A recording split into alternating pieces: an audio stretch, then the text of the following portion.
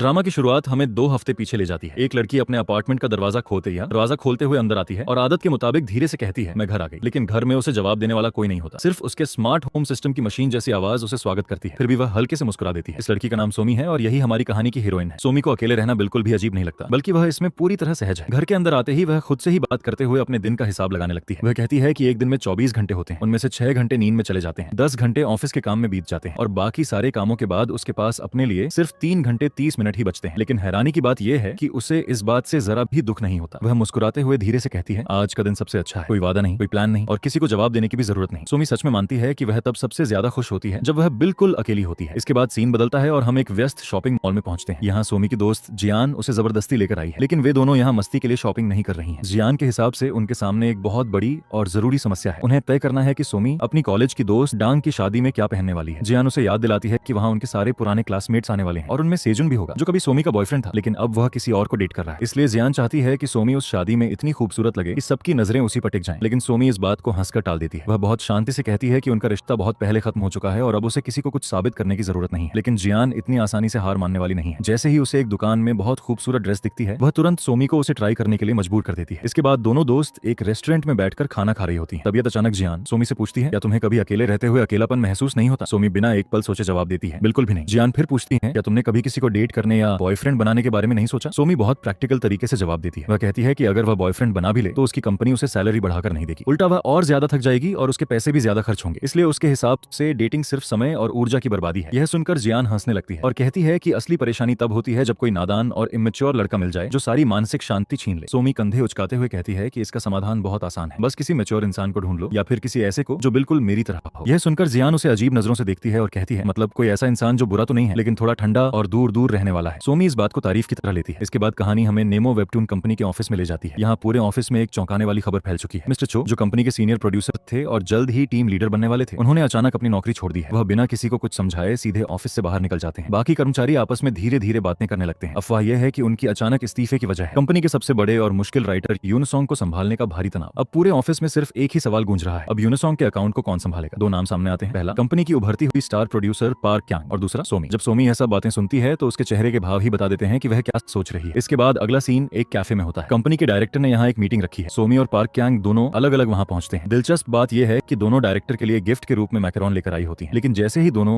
एक दूसरे को वहाँ बैठे देखते हैं, उन्हें तुरंत समझ आ जाता है कि यह मुलाकात कोई इत्तेफाक नहीं है। डायरेक्टर सीधे मुद्दे पर आते हैं और कहते हैं कि यूनसोंग के लिए नया प्रोड्यूसर चुनना होगा और वह प्रोड्यूसर इन दोनों में से ही कोई एक होगा। डायरेक्टर हल्की मुस्कान के साथ यह भी कहते हैं कि हाल ही में दोनों ने कंपनी के डिनर भी स्किप किए हैं और टीम स्पिरिट भी बिल्कुल नहीं दिखाई है, लेकिन फिर भी वह भरोसा दिलाते हैं कि उनका फैसला सिर्फ काबिलियत के आधार पर होगा। इसके बाद जो होता है वह पूरे एपिसोड का शायद सबसे मजेदार पल बन जाता है। जहां आमतौर पर लोग ऐसी पोजीशन पाने के लिए लड़ते हैं, वहीं यहाँ दोनों प्रोड्यूसर उल्टा एक दूसरे की तारीफ करने लगते हैं और जिम्मेदारी एक दूसरे पर डालने की कोशिश करते हैं। पार्क क्यांग सबसे पहले बोलता है। वह कहता है कि सोमी राइटर्स को संभालने में बहुत माहिर है, इसलिए यह काम उसी को करना चाहिए। सोमी तुरंत जवाब देती है कि पार्क क्यांग का तो रिकॉर्ड ही परफेक्ट है, वह जिन भी राइटर्स को संभालता है वे सब आखिर में बहुत बड़े हिट बन जाते हैं। इतना ही नहीं, सोमी उसे उसकी एक पुरानी बात भी याद दिलाती है। वह कहती है कि एक बार पार्क क्यांग ने खुद कहा था कि सोमी के प्रोजेक्ट्स में कोई खास ताकत नहीं होती और अगर ऐसा है तो साफ है कि वह इस काम के लिए सही इंसान नहीं है। पार्क क्यांग शांत तरीके से जवाब देता है कि यूनसोंग ने अपना ज्यादातर काम पहले ही कर लिया है, अब असल में संभालने के लिए ज्यादा कुछ बचा ही नहीं है। सोमी तुरंत सूखे अंदाज में कहती है, अगर ऐसा है तो फिर तुम ही बैठकर इसे संभाल लो। डायरेक्टर दोनों को बहस करते हुए बिल्कुल शांत चेहरे से देखते रहते हैं। आखिरकार वह एक गहरी सांस लेते हैं और कहते हैं, तो मतलब साफ है तुम दोनों में से कोई भी यह काम नहीं करना चाहता। फिर वह सीधे सोमी की तरफ इशारा करते हैं और कहते हैं, सोमी अब से तुम ही यूनसोंग को मैनेज करोगी। वह बताते हैं कि इस समय सोमी के पास सिर्फ 6 लेखक हैं और सबसे बड़ी बात यह है कि रोमांस कहानियां लिखने के लिए यूनसोंग को सबसे पहले सोमी ने ही गाइड किया था। सोमी अभी कुछ और कहकर मना करने ही वाली होती है, लेकिन तभी डायरेक्टर अचानक खड़े हो जाते हैं। वह कहते हैं कि उन्हें एक और मीटिंग में जाना है और यह कहकर वहां से चले जाते हैं। अब कैफे में सिर्फ सोमी रह जाती है, उस जिम्मेदारी के साथ जिसे वह बिल्कुल भी नहीं चाहती थी। इसके बाद आखिरकार हमें मिलवाया जाता है यूनसोंग से, जो कंपनी की नंबर 1 वेबटून राइटर है। उसके अपार्टमेंट के बाहर उसका पुराना प्रोड्यूसर दरवाजा खटा रहा होता है। वह परेशान होकर कह रहा होता है, मिस यून प्लीज दरवाजा खोलिए, मुझे फाइनल फाइल्स दे दीजिए। लेकिन अंदर का सीन बिल्कुल अलग होता है। यूनसोंग आराम से बैठकर अपने webtoon the man to know का नया एपिसोड अपलोड कर रही होती है। स्क्रीन पर लिखा आता है अपलोड कंप्लीट, मतलब उसने एपिसोड बिल्कुल उसी समय अपलोड किया जब वह खुद चाहती थी। इसके बाद सोमी की आवाज बैकग्राउंड में सुनाई देती है। वह कहती है, जैसे फ्लू का वायरस शरीर की सुरक्षा को पार करके अंदर घुस जाता है, वैसे ही यूनसोंग एक समय मेरी पूरी जिंदगी पर हावी हो गई थी। इस एक लाइन से हमें समझ आ जाता है कि सोमी और यूनसोंग का रिश्ता सिर्फ प्रोफेशनल नहीं है, उनके बीच कहीं ना कहीं पुरानी कहानी और इतिहास भी छुपा हुआ है। इसी बीच ऑफिस में काम करते समय यूनसोंग अचानक सोमी को फोन करती है। वह ऑनलाइन ट्रोल्स से बहुत गुस्से में होती है और कहती है कि वह उन पर कानूनी कार्रवाई करने वाली है। वह तो यह भी बताती है कि अपनी बहन के जरिए वह पहले ही एक वकील से बात कर चुकी है। सोमी उसे शांत करने की कोशिश करती है, लेकिन अचानक यूनसोंग बात बदल देती है। वह पूछती है कि क्या वह इस महीने वेबटून पब्लिश करने से ब्रेक ब्रेक ले सकती है। यह सुनकर सोमी चौंक जाती है। वह याद दिलाती है कि यूनसोंग ने तो पिछले महीने ही ब्रेक कर लिया था। इसके बाद फोन कॉल अजीब सी चुप्पी के साथ खत्म हो जाता है। अगले दिन सोमी अपनी कॉलेज फ्रेंड डांग की शादी में पहुंचती है। जैसे ही जियान उसे देखती है वह तुरंत नोटिस करती है कि कुछ अलग है। सोमी ने वह खूबसूरत ड्रेस नहीं पहनी जो जियान ने उसे पहनने के लिए कहा था। इसके बजाय आज सोमी ने बहुत ही सादा और साधारण कपड़े पहने हुए हैं। सोमी बस इतना कहती है, आज किसी को इंप्रेस करने का कोई मतलब नहीं है। थोड़ी ही देर में उनके पुराने यूनिवर्सिटी फ्रेंड्स भी वहां आने लगते हैं और फिर शुरू होता है पुराने दोस्तों का मिलना जुलना। सब लोग सोमी की तारीफ करते हैं कि वह कितनी खूबसूरत लग रही है। फिर सब पुराने क्लासमेट्स के बारे में बातें करने लगते हैं। इसी दौरान कोई बताता है कि सेजुन अभी भी अमेरिका में है और अगले हफ्ते वापस आने वाला है। मतलब वह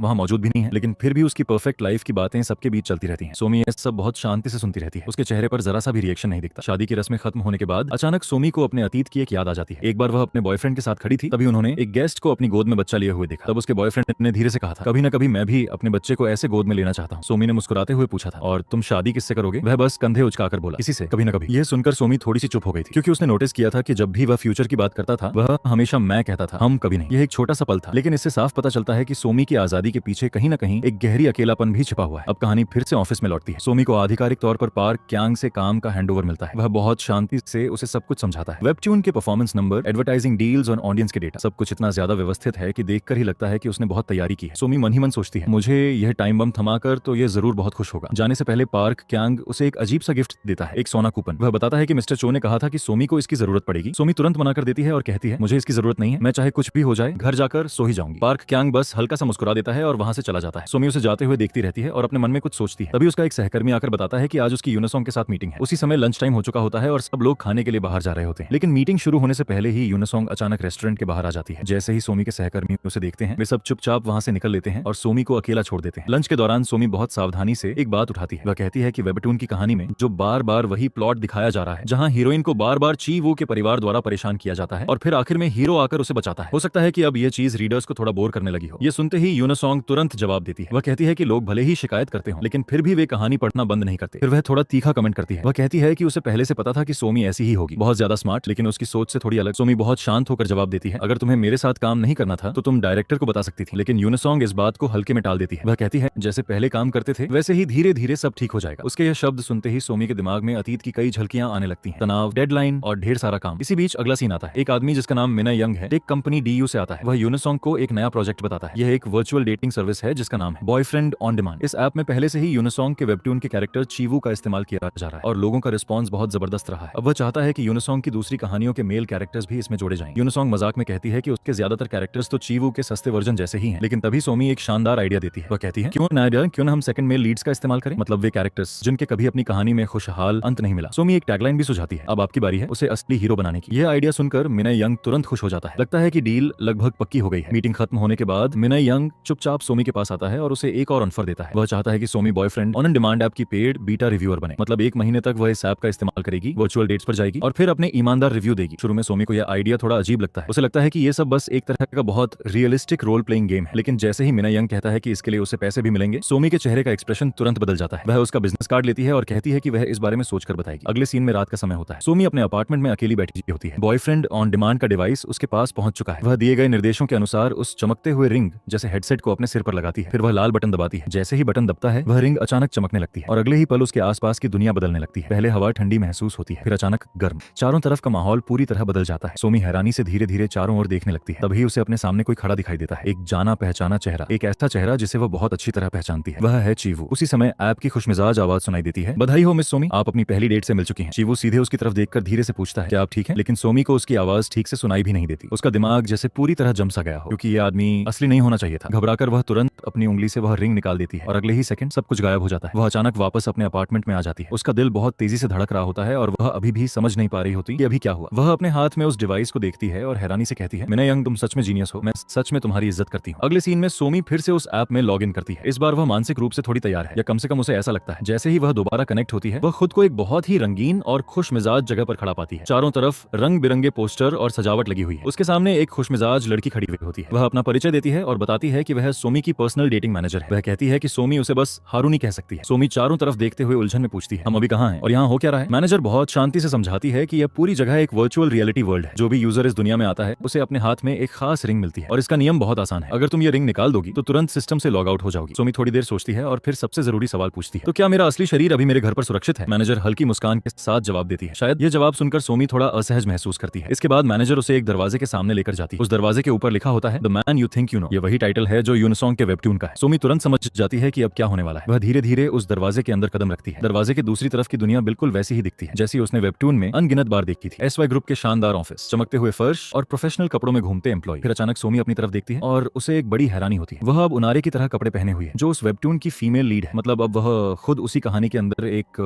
होटल कर्मचारी के किरदार में है। लेकिन इससे पहले कि वह पूरी तरह समझ पाती कि क्या हो रहा है, वह गलती से किसी के डेस्क पर बैठ जाती है और ठीक उसी समय ऑफिस का दरवाजा खुलता है। अंदर आता है चीवू। वेबटून पढ़ते समय सोमी हमेशा सोचती थी कि आर्टिस्ट ने उसे शायद थोड़ा ज्यादा ही परफेक्ट और हैंडसम बना दिया है। लेकिन अब जब वह उसे इस वर्चुअल दुनिया में सामने देख रही है तो उसे एक चौंकाने वाली बात समझ आती है। असल में ड्राइंग ने तो उसकी असली खूबसूरती को कम ही दिखाया था। कुछ पल के लिए सोमी का दिमाग पूरी तरह काम करना बंद कर देता है। चीवू अपने डेस्क की तरफ देखता है और फिर सख्त आवाज में कहता है, लगता है किसी कर्मचारी ने हिम्मत करके मेरी टेबल पर बैठने की कोशिश की है। अभी तुरंत नीचे उतरो। सोमी घबराकर तुरंत डेस्क से उतर जाती है और जल्दी जल्दी दरवाजे की तरफ चलने लगती है। लेकिन तभी चीवू उसे रोक देता है। वह कुछ पल ध्यान से उसे देखता है और धीरे से पूछता है, क्या हम पहले कहीं मिले हैं? यह सुनते ही सोमी के दिमाग में तुरंत एक आवाज आती है, लो ये तो चीवू का क्लासिक डायलॉग नंबर 1 है, क्योंकि उसने यह सीन वेबटून में कई बार पढ़ा हुआ है, इसलिए उसे पता है कि अब आगे क्या होने वाला है। चीवू धीरे धीरे उसके करीब आता है और अपना ड्रामेटिक डायलॉग बोलना शुरू करता है। वह कहता है कि जिस दिन उसने उसे बचाया था उस दिन से वह उसे ढूंढ रहा है। वह एक पल के लिए भी उसे भूल नहीं पाया और हर रात उसे अपने सपनों में देखता है। सोमी पूरा भाषण सुनती है और फिर अचानक बोल पड़ती है, क्या यह आदमी पूरी तरह पागल है? यह अब तक की सबसे अजीब और क्रिंज लाइन है जो मैंने सुनी है। यह सब उसके लिए इतना ज्यादा अजीब हो जाता है कि वह तुरंत अपनी उंगली से रिंग निकाल देती है और अगले ही पल वह फिर से लॉग आउट हो जाती है। इसी बीच असली दुनिया में नेमो कंपनी के ऑफिस में तनाव बढ़ता जा रहा होता है। यूनिसॉन्ग के webtoon the man you think you know की रेटिंग धीरे धीरे गिर रही है। डायरेक्टर चुपचाप पार्क क्यांग को अपने ऑफिस में बुलाते हैं और एक नया प्लान बताते हैं। एक नया उभरता हुआ वेबटून आर्टिस्ट हुआनी अब हर शुक्रवार को अपना एपिसोड रिलीज करेगा और खास बात यह है कि वही दिन यूनिसॉन्ग के वेबटून का भी रिलीज डे है। मतलब साफ है, सीधी टक्कर। मीटिंग खत्म करने से पहले डायरेक्टर एक और बात कहते हैं, सोमी को इसके बारे में बताने की जरूरत नहीं है। लेकिन ऑफिस की खबरें ज्यादा देर छुपी नहीं रहती। जल्दी ही सोमी को भी यह बात पता चल जाती है। वह तुरंत जाकर सवाल करती है कि इतना बड़ा फैसला लेते समय उसे शामिल क्यों नहीं किया गया, जबकि वह इस प्रोजेक्ट की प्रोड्यूसर है। लेकिन उसे जो जवाब मिलता है वह बहुत ठंडा और साफ होता है, तुम मेरी बॉस नहीं हो, फैसला हो चुका है और अब तुम कुछ नहीं कर सकती। इसके बाद सोमी एक अजीब सी चीज नोटिस करने लगती है, एक ऐसी चीज जिस पर उसने पहले कभी ध्यान ही नहीं दिया था। चीवू हर जगह दिखाई दे रहा है, सबवे के विज्ञापनों में, दुकानों में रखी किताबों के पोस्टरों पर, यहाँ तक कि एक प्लास्टिक सर्जरी क्लिनिक में भी उसकी तस्वीर लगी होती है। एक कैफे में 2 लड़कियां उसकी हैंडसम लुक्स की तारीफ करते हुए बातें कर रही होती हैं। सोमी जब भी शहर में कहीं जाती है उसे ऐसा लगता है जैसे पूरी दुनिया हर मोड़ पर चीवू को उसके सामने ला रही हो। इसके बाद सोमी फिर से ऐप में लॉग इन करती है। इस बार उसका इरादा पहले से ज्यादा मजबूत है। वह खुद से कहती है कि उसे पेशेवर तरीके से यह सब करना होगा। जैसे ही वह वेबटून की दुनिया में प्रवेश करती है उसे पता चलता है कि कहानी आगे बढ़ चुकी है। अब वह सेक्रेटरी ऑफिस में काम कर रही है। मतलब चीवू ने उसका ट्रांसफर कर दिया है ताकि वह उसके और करीब काम करे। थोड़ी देर बाद वहाँ चीफ सेक्रेटरी एमजू आती है। वह बहुत सख्त और बिल्कुल परफेक्ट तरीके से पेश आने वाली महिला है। वह औपचारिक अंदाज में अपना परिचय देती है और बताती है कि वह मिस्टर चीवू की तरफ से एक जॉब इंटरव्यू लेने वाली है। सोमी हैरानी से उसे देखती रह जाती है। डेट के लिए जॉब इंटरव्यू? लेकिन एमजू पूरी गंभीरता से सवाल पूछना शुरू कर देती है, तुम्हारा पसंदीदा खाना क्या है, तुम्हारे शौक क्या है, तुम्हारा आइडियल टाइप कैसा है और तुम्हें घूमने के लिए कौन सी जगह पसंद है? सोमी जवाब देती है कि उसे बीफ, पोर्क और लगभग हर तरह का मीट पसंद है। वह मुश्किल से अपनी हंसी रोक पाती है। उसके मन में बार बार एक ही सवाल आ रहा होता है। ये सवाल उसे खुद मुझसे पूछने चाहिए थे, वह किसी और से क्यों पूछवा रहा है? इसके बाद चीवू की तरफ से 2 और सवाल भेजे जाते हैं, तुम्हें किसी चीज से एलर्जी है या नहीं, और तुम्हारे जूते का साइज क्या है? यह सुनकर सोमी बस अपनी भौं उठाती है और चुप रह जाती है। इसके बाद चीवू उसे अपने ऑफिस में बुलाता है। जैसे ही वह दरवाजा खटखटाने लगती है एमजू तुरंत उसे रोक देती है। वह बताती है कि मिस्टर चीवू को लोग 2 बार नॉक करना पसंद नहीं है, सिर्फ एक हल्की नॉक करनी होती है। सोमी धीरे से नॉक करती है लेकिन एमजू फिर भी कहती है कि यह थोड़ी ज्यादा तेज थी। आखिरकार सोमी दरवाजा खोलकर अंदर चली जाती है। जैसे ही वह अंदर कदम रखती है वह वहीं रुक जाती है। पूरा ऑफिस फूलों से भरा हुआ होता है। कमरे में हर तरफ खूबसूरती से सजे हुए दर्जनों फूल लगे होते हैं और कमरे के बीचों बीच खड़ा होता है चीवू, जो शांति से उसके रिएक्शन को देख रहा होता है। फिर वह धीरे से कहता है, किसी महिला का दिल जीतने का सबसे अच्छा तरीका। सोमी चारों तरफ फूलों को देखकर हल्के से कहती है, अरे इसकी क्या जरूरत थी? लेकिन चीवू तुरंत गंभीर होकर जवाब देता है, हो सकता है मैं तुम्हें जाने की कोशिश कर रहा हूँ, लेकिन मुझे अरे से थोड़ा ज्यादा सम्मान की उम्मीद थी। यह सुनकर सोमी शर्म और झिझक से लगभग खांस पड़ती है। खुद को संभालते हुए वह उससे पूछने ही वाली होती है, तो अब आगे क्या? चीवू बस उसे देखता है और कहता है, मेरे साथ चलो। अगले सीन में वह उसे एक लग्जरी डिपार्टमेंट स्टोर लेकर जाता है। वह बहुत कैजुअल तरीके से कहता है, जो भी पसंद आए ट्राई कर लो। सोमी महंगे डिजाइनर कपड़ों के बीच खड़ी होती है और कुछ पल के लिए वह लगभग भूल ही जाती है कि वह एक वर्चुअल दुनिया के अंदर है। इसके बाद चीवू उसे एक प्राइवेट स्विमिंग पूल पर ले जाता है जो सिर्फ उन दोनों के लिए बुक किया गया होता है। सोमी खाली पड़े पूल को देखकर पूछती है, अगर तुम्हें तैरना ही नहीं है तो पूरा पूल बुक करने की क्या जरूरत थी? चीवू शांत आवाज में पूछता है, तुम्हें यह पसंद नहीं आया? सोमी थोड़ी देर रुककर जवाब देती है, ऐसा भी नहीं है, बुरा नहीं है। इसके बाद उनकी डेट और भी ज्यादा ड्रामेटिक और शानदार हो जाती है। चीवू उसे प्राइवेट जेट में बैठाकर एक सरप्राइज डिनर के लिए ले जाता है। फिर वे रात के आसमान के नीचे तैरती हुई एक लग्जरी यॉट पर पहुंचते हैं। यॉट के साथ साथ पानी में डॉल्फिन तैर रही होती है। यह पल इतना खूबसूरत होता है कि सोमी पूरी तरह उस माहौल में खो जाती है। हालांकि वह खुद से यह बात मानने को तैयार नहीं होती। अगले सीन में दोनों समुद्र के किनारे बीच पर खड़े होते हैं। अचानक बिना किसी चेतावनी के चीवू उसकी तरफ मुड़कर कहता है, चलो सगाई कर लेते हैं, मेरे माता पिता को मैं संभाल लूंगा। यह सुनकर सोमी के मुंह से पानी निकल जाता है और वह हैरानी से उसे देखने लगती है। फिर तुरंत बोल पड़ती है, क्या तुम पागल हो? चीवू भौं हाँ उठाकर जवाब देता है, तुम एक चेबोल के प्रपोजल का जवाब ऐसे देती हो? सोमी जल्दी से समझाती है, हम बस डेट कर रहे हैं, इससे ज्यादा कुछ नहीं। कुछ पल के लिए चीवू चुप हो जाता है। फिर वह शांत आवाज में कहता है, ठीक है, सगाई की जरूरत नहीं है। उसके चेहरे पर एक पल के लिए हल्की सी कमजोरी झलकती है। फिर वह धीरे से पूछता है, तो कम से कम मेरी गर्लफ्रेंड गर्लफ्रेंड बन जाओ, मैंने पहले कभी किसी से कुछ नहीं मांगा। और इतना कहकर वह अचानक सोमी को किस कर देता है। इसके बाद वह उसे एक छोटा सा गिफ्ट देता है और धीरे से पूछता है, क्या इसके लिए भी मुझे पूछना पड़ेगा? उस पल सोमी का दिमाग पूरी तरह शॉर्ट सर्किट हो जाता है। उसके मन की आवाज चिल्लाती है, डोपामिन ओवरलोड। वह घबराकर नजरें दूसरी तरफ कर लेती है। चीवू यह देखकर पूछता है, तुम नजरें क्यों चुरा रही हो? सोमी अजीब सा जवाब देती है, मैं क्या सच में ऐसा कर रही हूँ? चीवू बस हल्का सा मुस्कुरा देता है और तभी अचानक पूरी वर्चुअल दुनिया बंद हो जाती है। एक शांत सिस्टम की आवाज सुनाई देती है, मिस सोमी, चीवू के साथ आपकी 50 घंटे की डेटिंग समाप्त हो चुकी है। सोमी चौंक कर चारों तरफ देखने लगती है। वह घबराकर पूछती है, क्या कहा तुमने? सिस्टम जवाब देता है, सर्विस पीरियड खत्म हो गया है। यह सुनते ही सोमी जोर से चिल्लाती है, नहीं। वह जल्दी से चीवू की तरफ हाथ बढ़ाती है, लेकिन जैसे जैसे दुनिया धीरे धीरे गायब होने लगती है, वह उसका नाम पुकारती है और अगले ही पल सब कुछ गायब हो जाता है। वह फिर से अपने अपार्टमेंट में अकेली बैठी होती है। उसके हाथ में वही रिंग होती है और वह खाली नजर से उसे देखती रहती है। तभी वह शर्त पड़ती है जिसे उसने पहले ध्यान से नहीं पढ़ा था। आप किसी भी मेल कैरेक्टर को सिर्फ 50 घंटे तक ही डेट कर सकते हैं। लेकिन इससे पहले की रात सोमी ने एक और काम किया था। वर्चुअल दुनिया से अचानक बाहर निकाल दिए जाने के बाद वह बहुत गुस्से में थी, इसलिए वह रात में ही यूनिसोंग के घर पहुंच जाती है और दरवाजा जोर जोर से खटखटाने लगती है। यूनिसोंग दरवाजा खोलती है। वह बहुत थकी हुई और चिढ़ी हुई लग रही होती है। वह पूछती है, तुम्हें पता है अभी कितने बजे हैं? सोमी तुरंत कहती है, मुझे समझ आ गया है, मुझे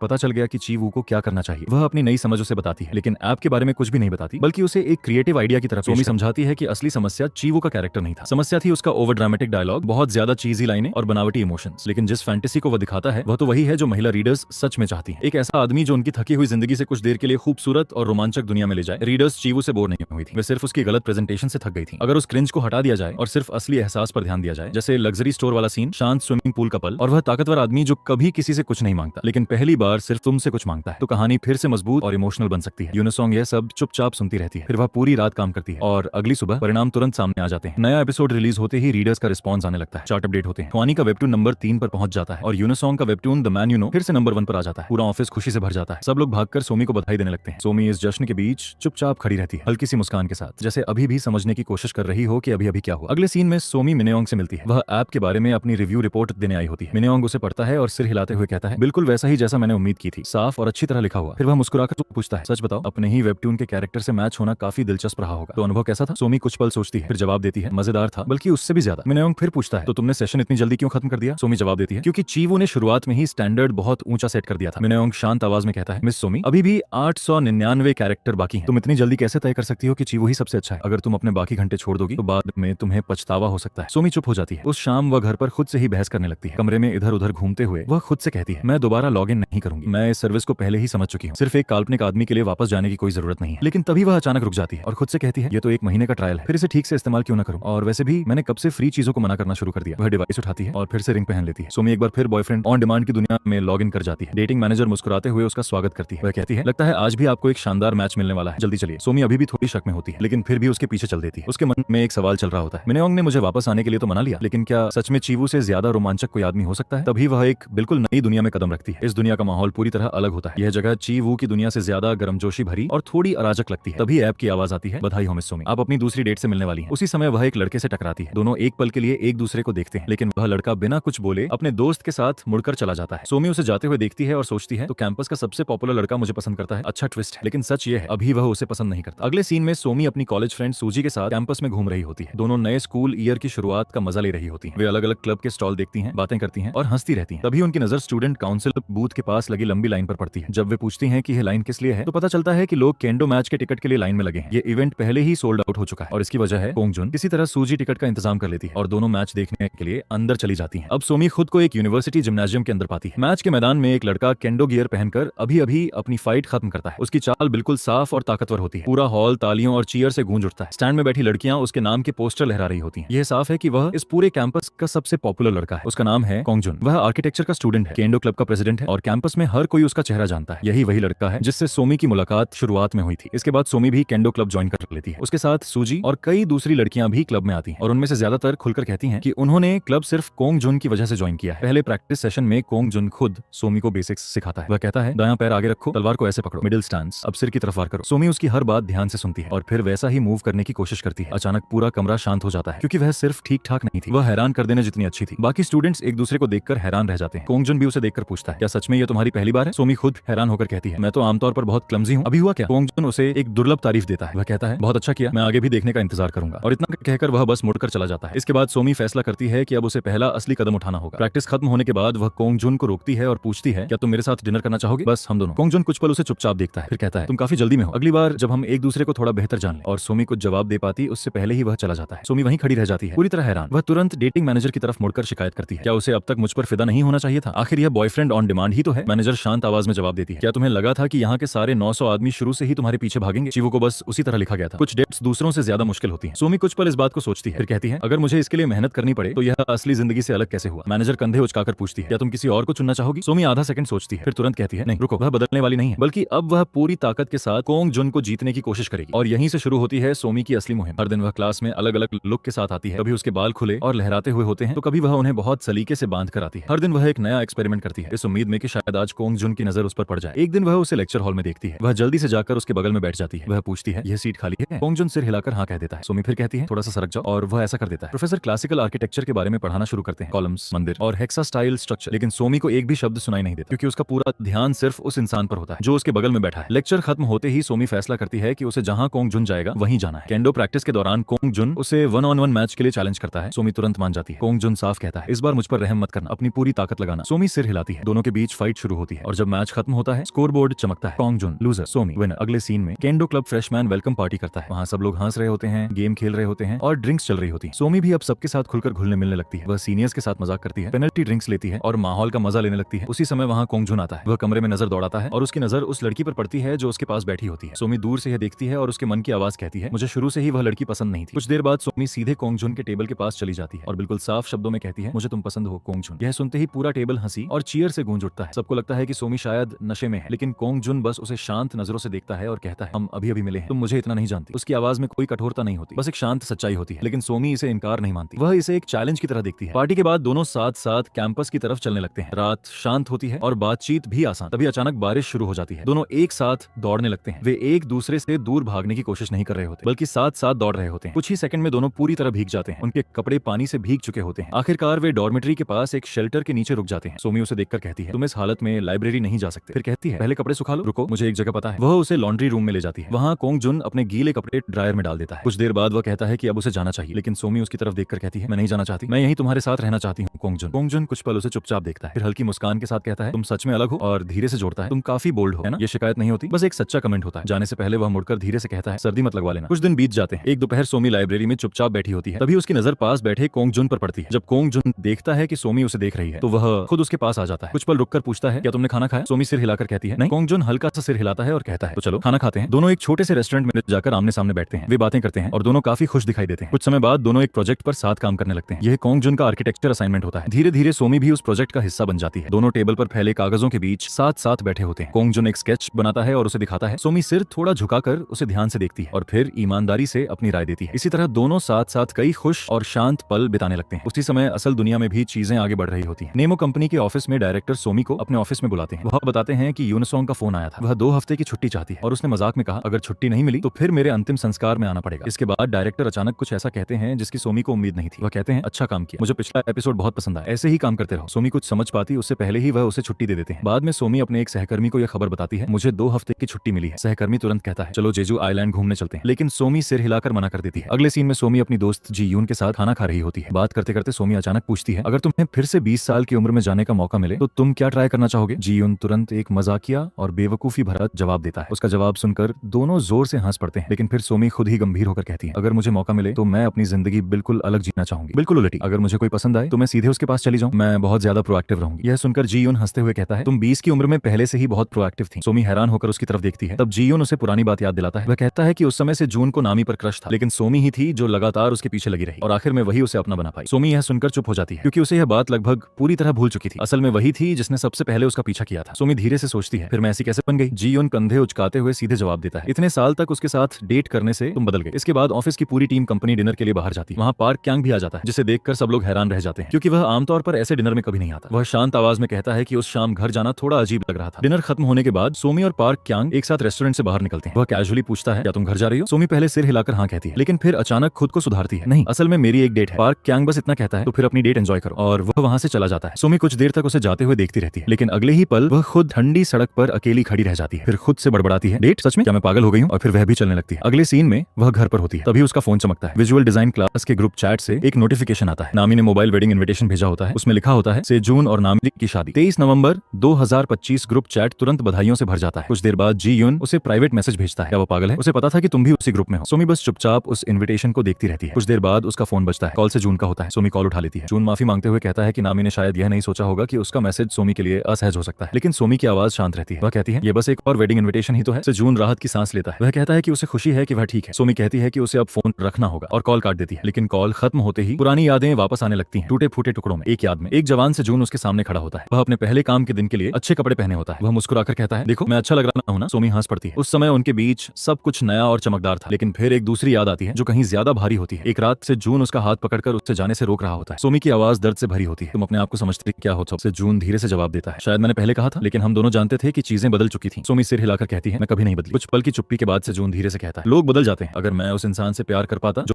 तुम बन चुकी हो तो शायद हम हमेशा साथ रह सकते थे, लेकिन मुझे नहीं लगता कि मैं ऐसा कर सकता हूँ। और उसी पल उनका रिश्ता हमेशा के लिए खत्म हो गया था। उसी समय बॉयफ्रेंड ऑन डिमांड की वर्चुअल दुनिया में केंडो क्लब का फ्रेशमैन ट्रिप शुरू हो चुका होता है। सोमी बस में चुपचाप बैठी होती है। उसका दिमाग बार बार उन्हीं पुरानी यादों में उलझा होता है, जैसे कोई फिल्म बार बार चल रही हो जिससे वह बच नहीं पा रही। उसकी मन की आवाज धीरे धीरे सुनाई देती है हमारे ब्रेकअप के बाद मैंने कभी भी उन शुरुआती दिनों के बारे में नहीं सोचा, क्योंकि तुम पहले ही बदल चुके थे, क्योंकि हमारा रिश्ता पहले ही खत्म हो चुका था। वह कुछ पल रुकती है और फिर धीरे से कहती है क्योंकि मैं तुमसे बहुत नफरत करने लगी थी। लेकिन फिर वह धीरे से जोड़ती है लेकिन यहाँ वापस आने के बाद वे सारी यादें फिर से वापस आ गई हैं। और अजीब बात यह है कि अब मैं तुमसे नफरत भी नहीं करती। बस एक खूबसूरत खुले मैदान में रुकती है। सब लोग बस से उतर जाते हैं। उनके ऊपर फैला हुआ आसमान बहुत विशाल दिख रहा होता है। दूर दूर तक गर्म रोशनी चमक रही होती है और आसमान में धीरे धीरे तारे दिखाई देने लगते हैं। तभी कोंग जुन आसमान की तरफ इशारा करता है। वह कहता है देखो टूटता हुआ तारा। फिर वह मुस्कुराते हुए कहता है क्या उसे पास से देखना चाहोगी? वह सोमी को भीड़ और शोर से दूर एक शांत जगह पर ले जाता है। वहां से रात का आसमान और भी साफ दिखाई देता है। आसमान अनगिनत तारों से भरा हुआ होता है। सोमी अचानक उसकी तरफ देखकर पूछती है क्या अब तुम मुझे पसंद करते हो? कोंग जुन चुप रहता है। सोमी फिर धीरे से पूछती है अभी भी नहीं, लेकिन वह सीधे जवाब नहीं देता। वह बस उसके पास खड़ा रहता है। फिर सोमी अचानक एक ऐसा सवाल पूछ देती है जो उसने खुद भी पहले नहीं सोचा था। वह कहती है अगर तुम किसी और से शादी कर लोगे तो क्या तुम मुझे भूल जाओगे? कोंग जुन शांत होकर उसकी तरफ देखता है और कहता है लोग शादी करने के बाद अपनी यादें नहीं खो देते। मुझे यकीन है मैं सब कुछ याद रखूंगा। सोमी फिर पूछती है तो तुम मुझे कैसे याद रखोगे? जैसी मैं आखिर में थी या जैसी मैं शुरुआत में थी? कोंग जुन पूरी तरह उसकी तरफ मुड़ता है। कुछ पल चुप रहने के बाद वह जवाब देता है दोनों। वह सब तुम ही थी। मैं सब कुछ याद रखूंगा, शुरुआत भी और अंत भी। सोमी कुछ पल चुप रहती है, फिर हल्के से सिर हिलाकर कहती है ठीक है इतना ही काफी है। लेकिन जैसे ही उनके बीच एक रोमांटिक पल बनने वाला होता है अचानक सब कुछ बदल जाता है। सोमी के सामने एक सिस्टम मैसेज दिखाई देता है मिस सोमी आपका बॉयफ्रेंड ऑन डिमांड का 1 महीने का फ्री ट्रायल खत्म हो चुका है। यह देखकर सोमी पूरी तरह रुक जाती है। फिर वह तुरंत घबरा जाती है। वह सिस्टम से कहती है कि ऐसा नहीं होना चाहिए। उसी समय सोमी अचानक असल दुनिया में जाग जाती है। वह अपने कमरे में अकेली बैठी होती है। कुछ पल तक वह धीरे से कोंग जुन का नाम पुकारती है, हालांकि उसे पता होता है कि वह अब वहां नहीं है। 1 महीने बाद सोमी अपनी सामान्य जिंदगी और काम पर वापस लौट आती है। नेमो कंपनी में सब कुछ अच्छा चल रहा होता है। कंपनी के वेब नॉवेल अभी भी काफी अच्छा प्रदर्शन कर रहे होते हैं। एक टीम मीटिंग के दौरान डायरेक्टर एक नई घोषणा करता है। वह कहता है कि इस साल का एनुअल राइटिंग कॉन्टेस्ट थोड़ा अलग तरीके से आयोजित किया जाएगा। इस बार टीमें खुद अपनी जॉनर नहीं चुनेंगी, बल्कि डायरेक्टर खुद उन्हें जॉनर देगा। फिर डायरेक्टर रोमांस कैटेगरी की घोषणा करता है और उस कैटेगरी के लिए 2 राइटर्स के नाम बताता है, सोमी और पार्क क्यांग। दोनों के नाम साथ सुनकर वे एक पल के लिए एक दूसरे की तरफ देखते हैं और फिर तुरंत नजरें हटा लेते हैं। मीटिंग खत्म होने के बाद पूरी टीम डिनर और ड्रिंक्स के लिए बाहर जाती है। वहीं एक सहकर्मी अचानक सोमी के लिए ब्लाइंड डेट का सुझाव देती है। वह एक लड़के की फोटो भी दिखाती है और कहती है वह जवान भी है और काफी हैंडसम भी। बाकी लोग भी उत्साहित होकर सोमी को डेट पर जाने के लिए कहने लगते हैं, लेकिन सोमी विनम्रता से मना कर देती है। उसी समय पार्क क्यांग बोलता है लेकिन क्या तुम पहले से किसी से नहीं मिल रही थी? सोमी जल्दी से समझाती है वह बस किसी से थोड़ी देर के लिए मिली थी, वह कोई रिश्ता नहीं था। डिनर खत्म होने के बाद सोमी और पार्क क्यांग टैक्सी ढूंढते हुए साथ साथ चलने लगते हैं। चलते चलते पार्क क्यांग कहता है कि वह सोमी के साथ रोमांस कॉन्टेस्ट जज करने को लेकर उत्साहित है। सोमी पूछती है क्या तुम्हें पहले से पता था कि हमें साथ में रखा जाएगा? वह कहता है नहीं, मुझे भी नहीं पता था। थोड़ी देर बाद सड़क के आखिर में 2 टैक्सियां आ जाती हैं। पार्क क्यांग सोमी से कहता है कि वह पहली टैक्सी ले ले। सोमी टैक्सी में बैठ जाती है और ड्राइवर को योंगान का पता बताती है, लेकिन ड्राइवर कैजुअली कहता है मैं तो सिर्फ इंचन तक ही जा रहा हूँ। सोमी कुछ समझ पाती है उससे पहले ही टैक्सी चल पड़ती है। उस रात बाद में जियान उसे फोन कहती है। वह सोमी को याद दिलाता है कि कल डोंग की हाउस वार्मिंग पार्टी है। वह उसे चेतावनी देता है कि वह इसे भूल न जाए। अगली सुबह सोमी हाउस वार्मिंग के लिए गिफ्ट खरीदने बाहर जाती है। तभी वह अचानक एक बहुत बड़ी भीड़ देखती है। पहले उसे लगता है कि शायद कोई सेलिब्रिटी इवेंट चल रहा है, लेकिन जब वह ध्यान से देखती है तो उसे दुकान की खिड़की में एक साइन दिखाई देता है, boyfriend on demand popup store. भीड़ में मिनय यंग अचानक सोमी को देख लेता है। वह तुरंत बाहर आकर उससे मिलता है। मिनय यंग मुस्कुराते हुए उसे स्टोर दिखाने का ऑफर देता है, लेकिन सोमी कहती है कि वह बस वहां से गुजर रही थी। फिर वह उससे पूछता है क्या तुम्हें बॉयफ्रेंड ऑन डिमांड ऐप इस्तेमाल करके मजा आया? सोमी ईमानदारी से जवाब देती है कि उसने फ्री ट्रायल खत्म होने के बाद वह ऐप इस्तेमाल करना बंद कर दिया। यह सुनकर मिनय यंग सच में हैरान हो जाता है। वह कहता है लेकिन तुम्हारा रिव्यू तो बहुत पॉजिटिव था और मैंने तो तुम्हें वह डिवाइस गिफ्ट भी किया था, इसलिए मुझे लगा था कि तुम इसे जरूर इस्तेमाल करती रहोगी। सोमी मुस्कुराकर उसे गिफ्ट के लिए धन्यवाद देती है, लेकिन वह समझाती है कि इन दिनों असली जिंदगी बहुत ज्यादा व्यस्त हो गई है। कुछ देर बाद जियान फिर से उसे फोन करता है। इस बार उसकी आवाज थोड़ी घबराई हुई लग रही होती है। वह बताता है कि आज डोंग के घर जो पार्टी होने वाली है उसमें एक और मेहमान भी आने वाला है। वह एक ऐसा लड़का है जिसे डोंग जानता है। सीधे शब्दों में कहें तो उन्होंने चुपके से सोमी के लिए ब्लाइंड डेट प्लान कर दी है। सोमी बस शांत आवाज में जवाब देती है अच्छा किया। कुछ ही देर बाद हाउस वार्मिंग पार्टी शुरू हो जाती है। वहाँ ब्लाइंड डेट वाला लड़का मिंगू पहले से मौजूद होता है। वह सोमी का काफी ध्यान रखता है और उससे अच्छे से बात करता है। फिर पूरा ग्रुप ड्रिंकिंग गेम्स खेलने लगता है। धीरे धीरे माहौल और भी मजेदार और शोरगुल वाला हो जाता है। हैरानी की बात यह होती है कि सोमी लगभग हर राउंड जीत जाती है, जिससे सब लोग हंसने लगते हैं। रात काफी हो जाने के बाद पार्टी खत्म हो जाती है। मिंगू सोमी को बाहर तक छोड़ने आता है। वह कहता है कि आज का समय उसके लिए बहुत अच्छा रहा। वह बताता है कि सोमी थोड़ी इंट्रोवर्ट लगती है, लेकिन फिर भी उसने उसे बहुत कंफर्टेबल महसूस कराया। वह कहता कहता है तुम बहुत दयालु हो और सच कहूं तो काफी क्यूट भी। फिर वह सोमी से पूछता है तो तुम्हें मैं कैसा लगा। सोमी विनम्रता से जवाब देती है कि उसे भी शाम अच्छी लगी। फिर मिंगो उससे पूछता है कि क्या वे दोनों फिर से मिल सकते हैं, लेकिन इस बार सोमी सीधे मना कर देती है। गुड नाइट कहने के बाद सोमी अकेले ही वहां से चल पड़ती है। वह टैक्सी बुलाने की कोशिश करती है लेकिन आसपास कोई टैक्सी उपलब्ध नहीं होती। वह बार बार अपने फोन को चेक करती है लेकिन फिर भी कुछ नहीं मिलता। उसी समय उसे वर्चुअल दुनिया वाला अपना बॉयफ्रेंड याद आने लगता है। उसके बारे में सोचकर उसे हल्की सी खुशी महसूस होती है लेकिन फिर उसे याद आता है कि वह असली नहीं है। अगले सीन में सोमी घर पर होती है। वह सोच रही होती है कि उसे वर्चुअल वर्ल्ड का सब्सक्रिप्शन लेना चाहिए या नहीं। वह खुद से लगातार सवाल पूछती रहती है। वह असली डेटिंग और वर्चुअल सर्विस की तुलना करने लगती है। वह सोचती है जब वह असली जिंदगी में किसी को डेट करती थी तो क्या उसने कभी महीने में 5 लाख वॉन से कम खर्च किया था? शायद नहीं। डिनर, गिफ्ट और कभी कभी ट्रिप, इन सब में हमेशा उससे कहीं ज्यादा खर्च हो जाता था। इसी तरह वह खुद से कई सवाल पूछती है लेकिन सबसे अहम सवाल आखिर में आता है, क्या बॉयफ्रेंड ऑन डिमांड मुझे सच में ज्यादा खुश बनाता है? कुछ पल चुप रहने के बाद वह धीरे से जवाब देती है हाँ। सोमी अपने फोन पर सब्सक्रिप्शन स्क्रीन को देखती है। बेसिक प्लान की कीमत 5 लाख वॉन प्रति महीना होती है। सब कुछ सोचने के बाद वह खुद से आखिरी सवाल पूछती है, अगर ऐसा है तो फिर इस ऐप को इस्तेमाल न करने की कोई वजह है क्या? और इस बार वह बिल्कुल भी हिचकिचाती नहीं। वह तुरंत बटन दबा देती है। Payment complete. कुछ ही देर बाद सोमी अपने सिर पर डिवाइस रिंग पहनती है। फिर वह एक्टिवेशन बटन दबाती है। जैसे ही वह अपनी आंखें खोलती है वह खुद को एक खूबसूरत और लग्जरी अपार्टमेंट के अंदर पाती है। कुछ पल के लिए वह बस हैरानी से चारों तरफ देखने लगती है। वह जगह बहुत बड़ी, स्टाइलिश और हल्की रोशनी से भरी हुई होती है। लगभग ऐसा लगता है जैसे वह किसी हाई एंड होटल में आ गई हो। तभी अचानक ओनी उसके पीछे से प्रकट हो जाती है और कैजुअली उसे ग्रीट करती है। सोमी डरकर हल्का सा उछल जाती है। फिर जल्दी से पूछती है, क्या तुम्हें अभी भी मैं याद हूँ? वह सोचती है कि शायद सिस्टम ने उसकी मेमोरी रीसेट कर दी होगी, लेकिन ओनी थोड़ा नाराज होकर कहती है, क्या तुम्हें लगता है कि मैं बेवकूफ हूँ? फिर वह समझाती है कि यह अपार्टमेंट अब बॉयफ्रेंड ऑन डिमांड के दुनिया में सोमी का पर्सनल घर है। अगर उसे पहले कोई खास चीज मिली थी जैसे चॉय वू द्वारा दिया गया ड्रेस तो वह यहीं रहेगा। बाकी सारी चीजें हर महीने नए आइटम्स से अपडेट होती रहेंगी। सोमी धीरे धीरे पूरे अपार्टमेंट में घूमती है। वह साफ दिख रहा होता है कि वह इस जगह की लग्जरी देखकर काफी प्रभावित हो गई है। पूरा टूर कराने के बाद ओनी उसे बालकनी में लेकर जाती है। वहां से पूरा शहर बहुत खूबसूरती से दिखाई दे रहा होता है। नई डेट शुरू करने से पहले सोमी ओनी से एक फेवर मांगती है। वह कहती है कि उसकी पिछली मुलाकात कोंग जुन के साथ बिल्कुल एक अहम मोड़ पर खत्म हो गई थी, इसीलिए वह चाहती है कि वही सीन फिर से शुरू हो और वह दोबारा उससे मिल सके। लेकिन ओनी तुरंत सिर हिला देती है। वह कहती है यह संभव नहीं है। सोमी हैरान होकर पूछती है क्यों? ओनी शांत होकर समझाती है कि किसी खास व्यक्ति को सीधे चुनना सिर्फ प्रीमियम प्लान में संभव है और उस प्लान की कीमत हर महीने 1 मिलियन वॉन है, जबकि सोमी ने जो बेसिक प्लान लिया है उसमें सिस्टम उसके लिए रैंडम पार्टनर चुनता है। ये कीमत सुनकर सोमी चौंक जाती है और शिकायत करती है कि यह तो बहुत महंगा है। ओनी बस कंधे उचकाकर कहती है इतना ज्यादा मत सोचो। वह याद दिलाती है कि कोंग जुन और ची वू के अलावा भी सिस्टम में सैकड़ों दूसरे पुरुष मौजूद हैं। ओनी मुस्कुराते हुए कहती है कि वह बस अपने नए अनुभव का आनंद ले और इसी तरह सोमी अपनी अगली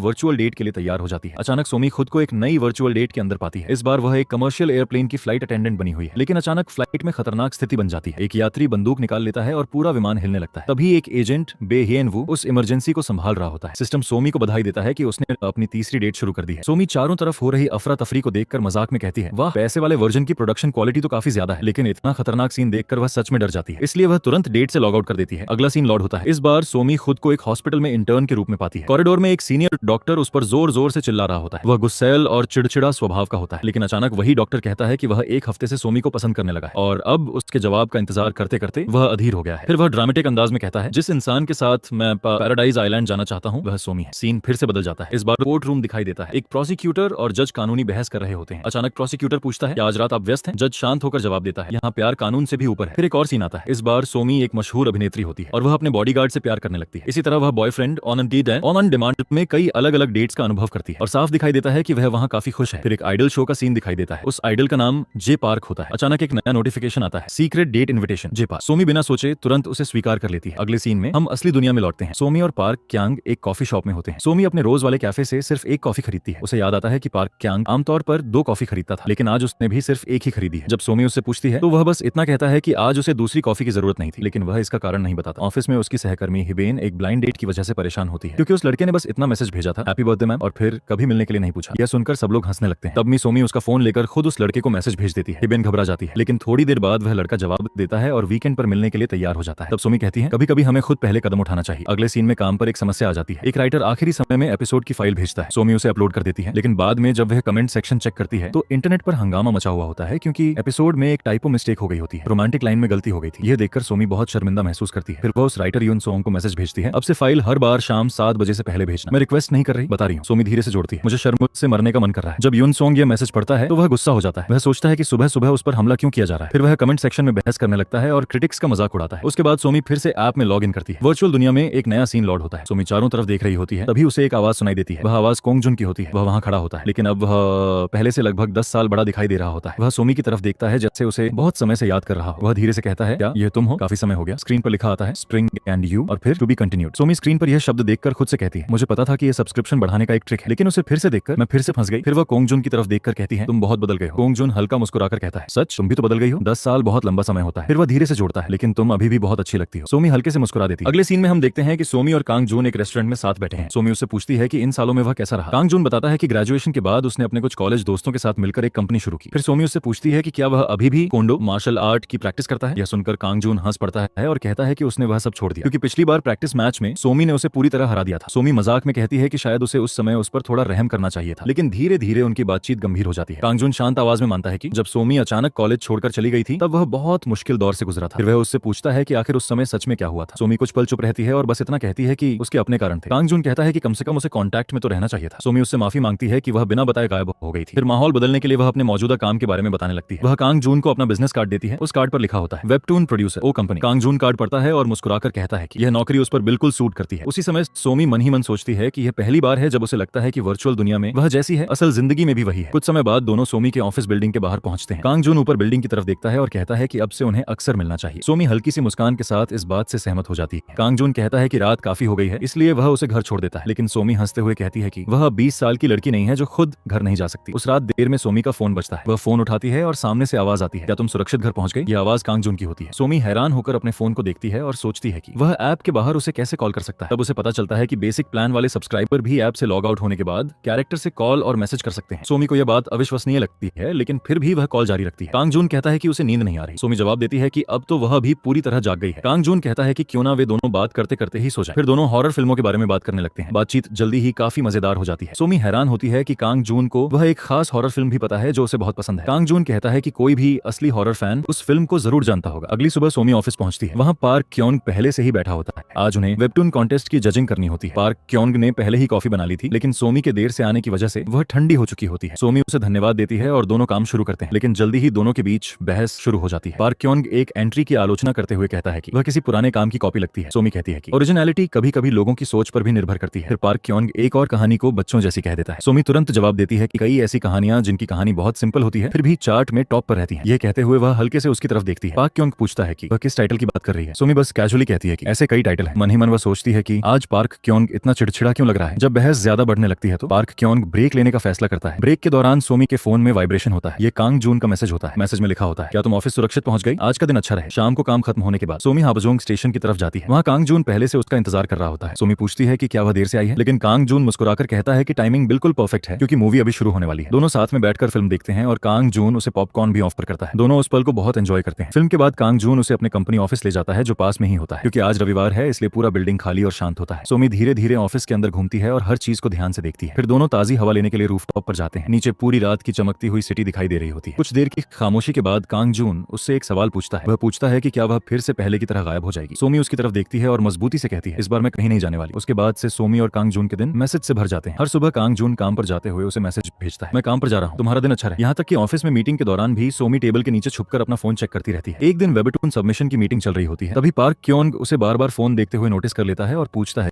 कि वह क्या कर रही है। सोमी जल्दी से अपना फोन छुपा लेती है और कहती है कि कुछ नहीं, आप आगे बताइए। एक शाम कांग जून उसके ऑफिस आता है और उसे लेने के लिए बाहर इंतजार करता है। दोनों साथ में डिनर करने जाते हैं। डिनर के बाद वे थोड़ा टहलते हैं और फिर साथ में कॉफी पीते हैं। एक दूसरे दिन वे लाइब्रेरी में मिलते हैं। दोनों चुपचाप एक दूसरे के सामने बैठकर पढ़ाई करते हैं। एक और दिन वे दोपहर में पार्क में मिलते हैं। दोनों साथ साथ चलते हैं और छोटी छोटी बातों पर हंसते रहते हैं। फिर थोड़ी देर बाद वे साथ बैठकर आराम से बातें करने लगते हैं। अगले सीन में सोमी अपनी दोस्त जी यान से मिलती है। जी यान बहुत रो रही होती है क्योंकि उसका बॉयफ्रेंड उसे छोड़कर चला गया है। वह बताती है कि उसने अब तक 30 ब्लाइंड डेट्स की हैं, लेकिन फिर भी उसे सही इंसान नहीं मिला। इस सबसे वह पूरी तरह थक चुकी है। वह कहती है कि अगर इतने लोगों से मिलने के बाद भी सही इंसान नहीं मिला तो शायद परफेक्ट मैच जैसी कोई चीज होती ही नहीं। वह अपने डेटिंग में बर्बाद हुए समय और मेहनत की शिकायत करने लगती है। इसके बाद सोमी बाहर जाती है और कांग जून को फोन करती है। वह उससे एक सीधा सा सवाल पूछती है, क्या तुम्हें लगता है कि इस दुनिया में हर किसी के लिए कहीं ना कहीं एक परफेक्ट मैच होता है? कांग जून थोड़ी देर चुप रहता है और कहता है कि उसे इस बारे में पक्का नहीं पता। फिर वह मजाक में पूछता है, क्या तुम ये सवाल इसलिए पूछ रही हो क्योंकि मैं तुम्हारे लिए अच्छा नहीं हूँ? सोमी तुरंत कहती है कि नहीं, उसका ऐसा मतलब बिल्कुल नहीं था। अगली बार जब वे मिलते हैं तो सोमी उससे पूछती है कि क्या सच में उसे उसके साथ समय बिताना अच्छा लगता है? कांग जून उससे पूछता है कि वह असल में कहना क्या चाहती है। सोमी ठीक से समझा नहीं पाती और कहती है कि वह बस ये जानना चाहती है कि उनका रिश्ता सच में अच्छा है या नहीं और क्या उसके साथ होना सही फैसला है। कांग जून मुस्कुराकर कहता है कि जब वह उसके साथ होता है तो उसे बहुत खुशी मिलती है और जब वह उसके साथ नहीं होता तब भी सिर्फ उसके बारे में सोचकर ही उसे खुशी मिलती है। सोमी पूछती है कि वह उसके बारे में क्या सोचता है। कांग जून मुस्कुराकर कहता है कि उसकी मुस्कान, उसका चलना, उसका खाना, उसकी बातें, उसे उसके बारे में सब कुछ पसंद है। उधर असली दुनिया में कंपनी एक घोषणा करती है। कंपनी सबको बताती है कि 2 दिन की एक वर्कशॉप ट्रिप गांव के पास आयोजित की जा रही है। सबको हैरानी होती है क्योंकि सोमी भी इस ट्रिप में जाने का फैसला कर लेती है। पार्क क्योंग भी इस ट्रिप पर जाता है। हालांकि पहले वह अपने माता पिता से मिलने जाने वाला था। ट्रिप के दौरान एक ट्रिविया कॉन्टेस्ट रखा जाता है। इसमें सोमी और पार्क क्योंग एक दूसरे के खिलाफ मुकाबला करते हैं। सवाल वेबटून के टाइटल, कैरेक्टर और यहाँ तक कि ड्रैगन बॉल जैसे एनिमे के टूर्नामेंट से भी जुड़े होते हैं। दोनों बहुत तेजी और बिल्कुल सही जवाब देते हैं, जिससे वहां मौजूद सभी लोग हैरान रह जाते हैं। मुकाबला इतना कड़ा हो जाता है कि आखिर में टाई ब्रेक तक पहुंच जाता है। आखिर में पार्क क्योंग सिर्फ 1 पॉइंट से जीत जाता है। उसके बाद पास में बहती एक ठंडी धारा के पास ट्रेजर हंट गेम रखा जाता है। खेल के दौरान अचानक किसी का फोन पानी में गिर जाता है। ठंडे पानी की वजह से कोई भी उसमें उतरने की हिम्मत नहीं करता। तभी बिना कुछ बोले पार्क क्योंग सीधे पानी में उतर जाता है और फोन निकालकर वापस ले आता है। फोन की स्क्रीन टूट चुकी होती है, लेकिन वह उसे वापस देते हुए बस इतना कहता है कि वह जाकर अपनी पैंट बदल कर आता है और फिर वहां से चला जाता है। उसके जाते ही उसके सहकर्मी मजाक करने लगते हैं कि ऐसे हीरो वाले काम लड़कियों को अक्सर बहुत पसंद आते हैं। उस रात सभी लोग साथ बैठकर ड्रिंक करने लगते हैं। तब पता चलता है कि पार्क क्योंग की शराब सहने की क्षमता बहुत कम है। कुछ ही ड्रिंक्स के बाद वह एक बोतल को घूरने लगता है जिसकी ढक्कन उससे मैच नहीं कर रही होती। वह बार बार कहने लगता है कि हर बोतल का सही ढक्कन होना चाहिए, नहीं तो कुछ बुरा हो सकता है। आखिरकार उसके सहकर्मी उसे पकड़कर कमरे में ले जाते हैं ताकि वह सो सके। वर्कशॉप खत्म होने के बाद पार्क क्योंग सोमी को शहर तक छोड़ने की पेशकश करता है। दोनों कार में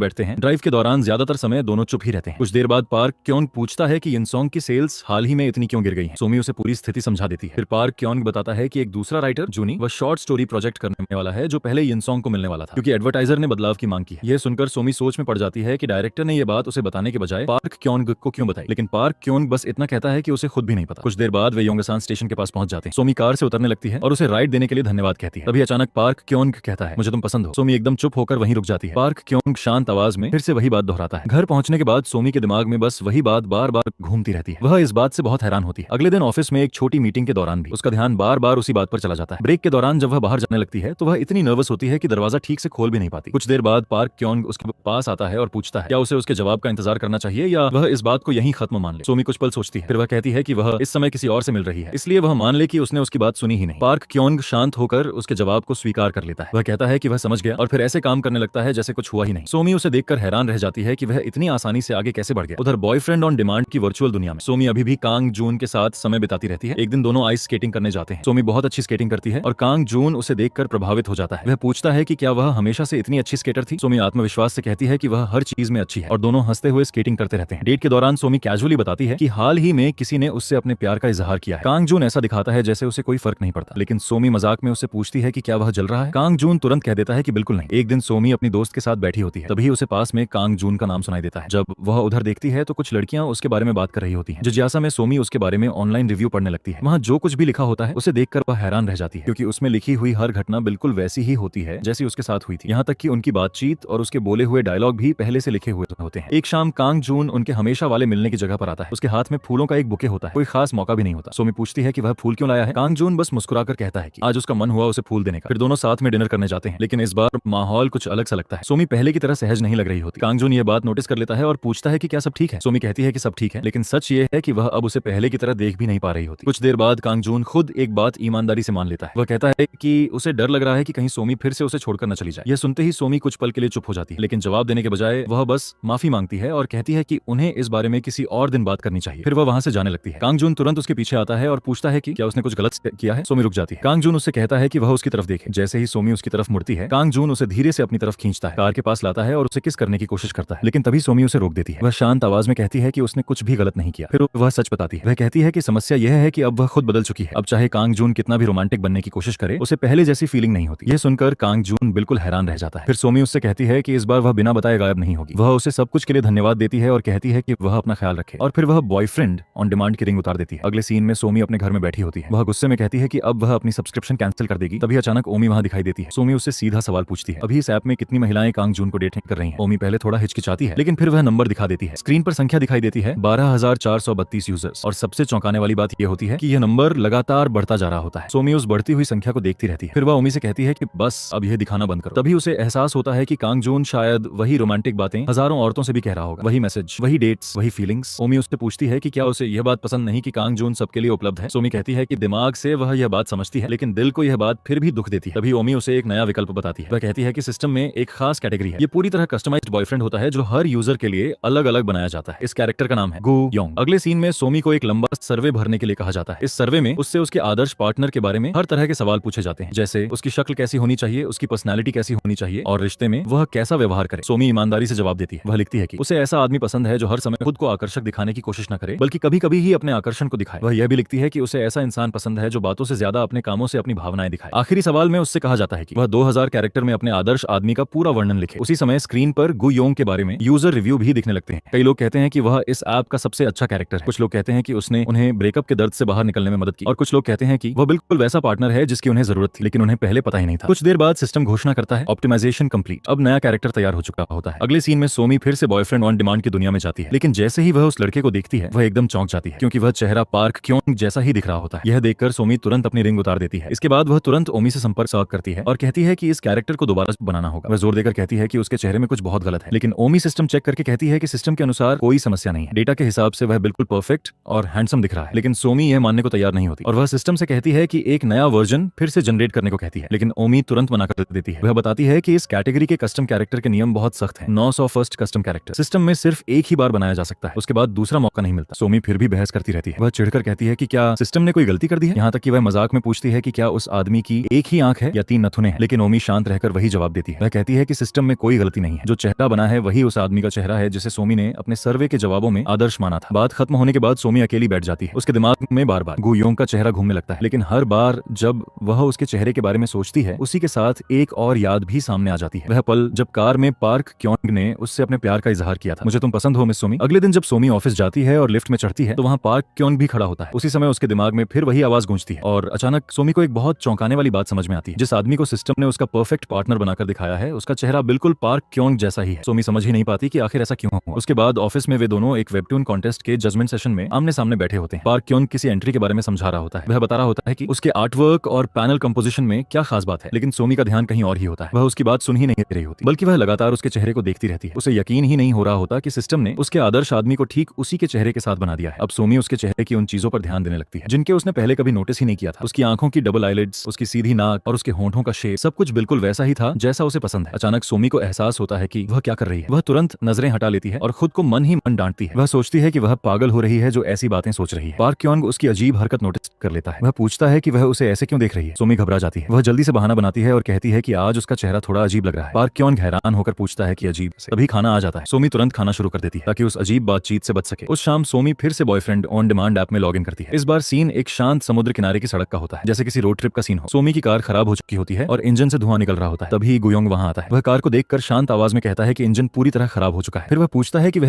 कहां जा रही थी। सोमी कहती है कि उसे खुद भी नहीं पता, वह बस ऐसे ही ड्राइव कर रही थी। गु योंग हल्का सा सिर झुकाकर कहता है कि अगर वह चाहे तो उसके साथ आ सकती है। उसी समय सोमी को सर्वे का एक सवाल याद आता है। उसमें पूछा गया था कि उसकी कल्पना में सबसे रोमांटिक पहली मुलाकात कैसी होगी, और सोमी ने जवाब दिया था एक अनजान जगह पर ट्रिप के दौरान किसी फ्री स्पिरिटेड आदमी से मुलाकात, बिल्कुल किसी फिल्म की तरह। और अब ठीक वही सीन उसके सामने हो रहा होता है। कुछ देर बाद सोमी खुद को उसकी मोटरसाइकिल के पीछे बैठा हुआ पाती है। मोटरसाइकिल समुद्र किनारे वाली सड़क पर चल रही होती है। सोमी सोचने लगती है कि यह सब कितना अजीब है। वह एक ऐसे आदमी के पीछे बैठी है जो दिखने में उसके ऑफिस के सहकर्मी जैसा है और वह ऐसी जगह जा रही है जिसके बारे में उसे खुद भी नहीं पता। लेकिन अजीब बात यह होती है कि उसे बिल्कुल भी डर नहीं लग रहा होता, बल्कि सब कुछ बहुत सहज महसूस हो रहा होता है। उसकी पीठ पकड़ना ऐसा लगता है जैसे यह बिल्कुल स्वाभाविक है। हवा, रास्ता और वह पल, सब कुछ अजीब तरह से परफेक्ट लगता है। वे एक छोटे से हॉस्टल पहुंचते हैं। गु योंग सोमी को उसका कमरा दिखाता है। कमरा छोटा होता है लेकिन साफ सुथरा और आरामदायक। फिर वह विनम्रता से कहता है गुड नाइट, आज आपसे मिलकर अच्छा लगा, और चला जाता है। सोमी कमरे में जाती है। तभी वहाँ एक तेज आवाज वाली महिला मिलती है। वह एक और कोरियन टूरिस्ट होती है जिसका नाम यूरा होता है। उस रात डिनर के समय यूरा जोर जोर से शिकायत करने लगती है कि खाना बहुत खराब है और गुस्से में वहाँ से चली जाती है। इसलिए सोमी को गु योंग के साथ ही बैठकर खाना पड़ता है। गु योंग उसे बताता है कि उसकी कार परसों सुबह तक ठीक होगी, यानी सोमी को 2 दिन वहीं रुकना पड़ेगा। सोमी उससे पूछती है कि वह क्या काम करता है। गु योंग बस इतना कहता है कि वह ड्रॉ करता है। जब सोमी पूछती है कि क्या वह एक आर्टिस्ट है तो वह मुस्कुराकर बताता है कि वह बस जगह जगह घूमता है और जो मन करता है वही ड्रॉ करता है। अगले कुछ दिन हॉस्टल में काफी अच्छे गुजरते हैं। एक सुबह दोनों समुद्र किनारे समय बिताते हैं। बाद में सोमी को उसका स्केचबुक मिलता है। वह उसके पन्ने पलटकर देखती है और एक दिलचस्प बात नोटिस करती है। उसमें जितनी भी ड्राइंग्स हैं सब में कपल्स बने हुए हैं, 2 लोग एक साथ। सोमी हंसते हुए कहती है कि उसने तो सिर्फ कपल्स ही बनाए थे। गु योंग मान लेता है कि उसे कुछ और ड्रॉ करने का मन ही नहीं हुआ। सोमी मजाक में कहती है कि वह बड़ा अजीब आर्टिस्ट है जो सिर्फ कपल्स बनाता है। तब गु योंग एक दिलचस्प बात बताता है। वह कहता है कि वह हर कपल को ड्रॉ नहीं करता, वह सिर्फ उन लोगों को ड्रॉ करता है जो अपने प्यार पर पूरी तरह भरोसा करते हैं और जिन्हें अपने रिश्ते के भविष्य पर कोई शक नहीं होता। उस रात अचानक गु योंग शांत आवाज में एक बात कहता है। वह कहता है कि उसे लगता है कि वे रास्ता भटक गए। यह सुनते ही सोमी घबरा जाती है। उसे लगता है कि शायद वह मजाक कर रहा है, लेकिन गु योंग गंभीर रहता है। वह बताता है कि कभी इसी इलाके में एक नए शादीशुदा जोड़े के गायब होने की कहानी भी सुनने में आई थी। यह सुनते ही सोमी के दिमाग में अचानक सर्वे का एक और सवाल याद आ जाता है। जब सिस्टम ने उससे पूछा था कि उसे कौन सा मूवी जॉनर सबसे ज्यादा पसंद है और सोमी ने जवाब दिया था हॉरर, खासकर ऑनकल्ट हॉरर। अब उसे खुद पर ही हंसी और गुस्सा दोनों आने लगता है। वह कहती है कि उसे हॉरर फिल्में देखना पसंद है, उन्हें जीना नहीं। फिर वह थोड़ा संकोच करते हुए मानती है कि उसे सच में थोड़ा डर लग रहा है। उसी समय गु योंग उसका हाथ पकड़ लेता है और जैसे ही वह उसका हाथ थामता है वह डर और तनाव धीरे धीरे खत्म हो जाता है। वातावरण फिर से गर्माहट और सुकून से भर जाता है। इसी बीच असली दुनिया में सोमी अपनी दोस्त जीयोन से एक रेस्टोरेंट में मिलती है। दोनों साथ बैठकर ग्रिल्ड बीफ इंटेस्टाइन खाते हुए बातें कर रही होती हैं। जीयोन शिकायत करती है कि हाल ही में वह बहुत सारे ब्लाइंड डेट्स पर जा जा रही है, लेकिन उनमें से कोई भी अच्छा नहीं रहा। एक दिन तो उसने गलती से एक ही दिन 2 डेट्स तय कर ली थी और मजेदार बात यह हुई कि दोनों आदमी अचानक एक दूसरे से टकरा गए। यह सुनकर सोमी हंसते हुए कहती है कि शायद उसे कुछ समय के लिए ब्लाइंड डेट से ब्रेक ले लेना चाहिए, लेकिन जियोन सिर हिलाकर कहती है, मैं किसी आदमी के बिना नहीं रह सकती। वह कहती है कि कभी न कभी उसे सही इंसान जरूर मिलेगा। फिर जियोन उस आदमी की बात छेड़ती है जिसके बारे में सोमी ने ऑफिस से बताया था। उसे शक होता है कि सोमी को शायद वह आदमी पसंद है, लेकिन सोमी तुरंत मना कर देती है। वह कहती है कि असल में उल्टा है, वह आदमी उसे पसंद करता है। जब जियोन को पता चलता है कि उसने सोमी से अपने प्यार का इजहार भी किया था तो वह हैरान रह जाती है। उसे विश्वास ही नहीं होता कि सोमी ने उसे मना कर दिया और उसे पहले बताया भी नहीं। जियोन तुरंत उसका फोटो देखने की कोशिश करती है, क्योंकि पार्क क्योंग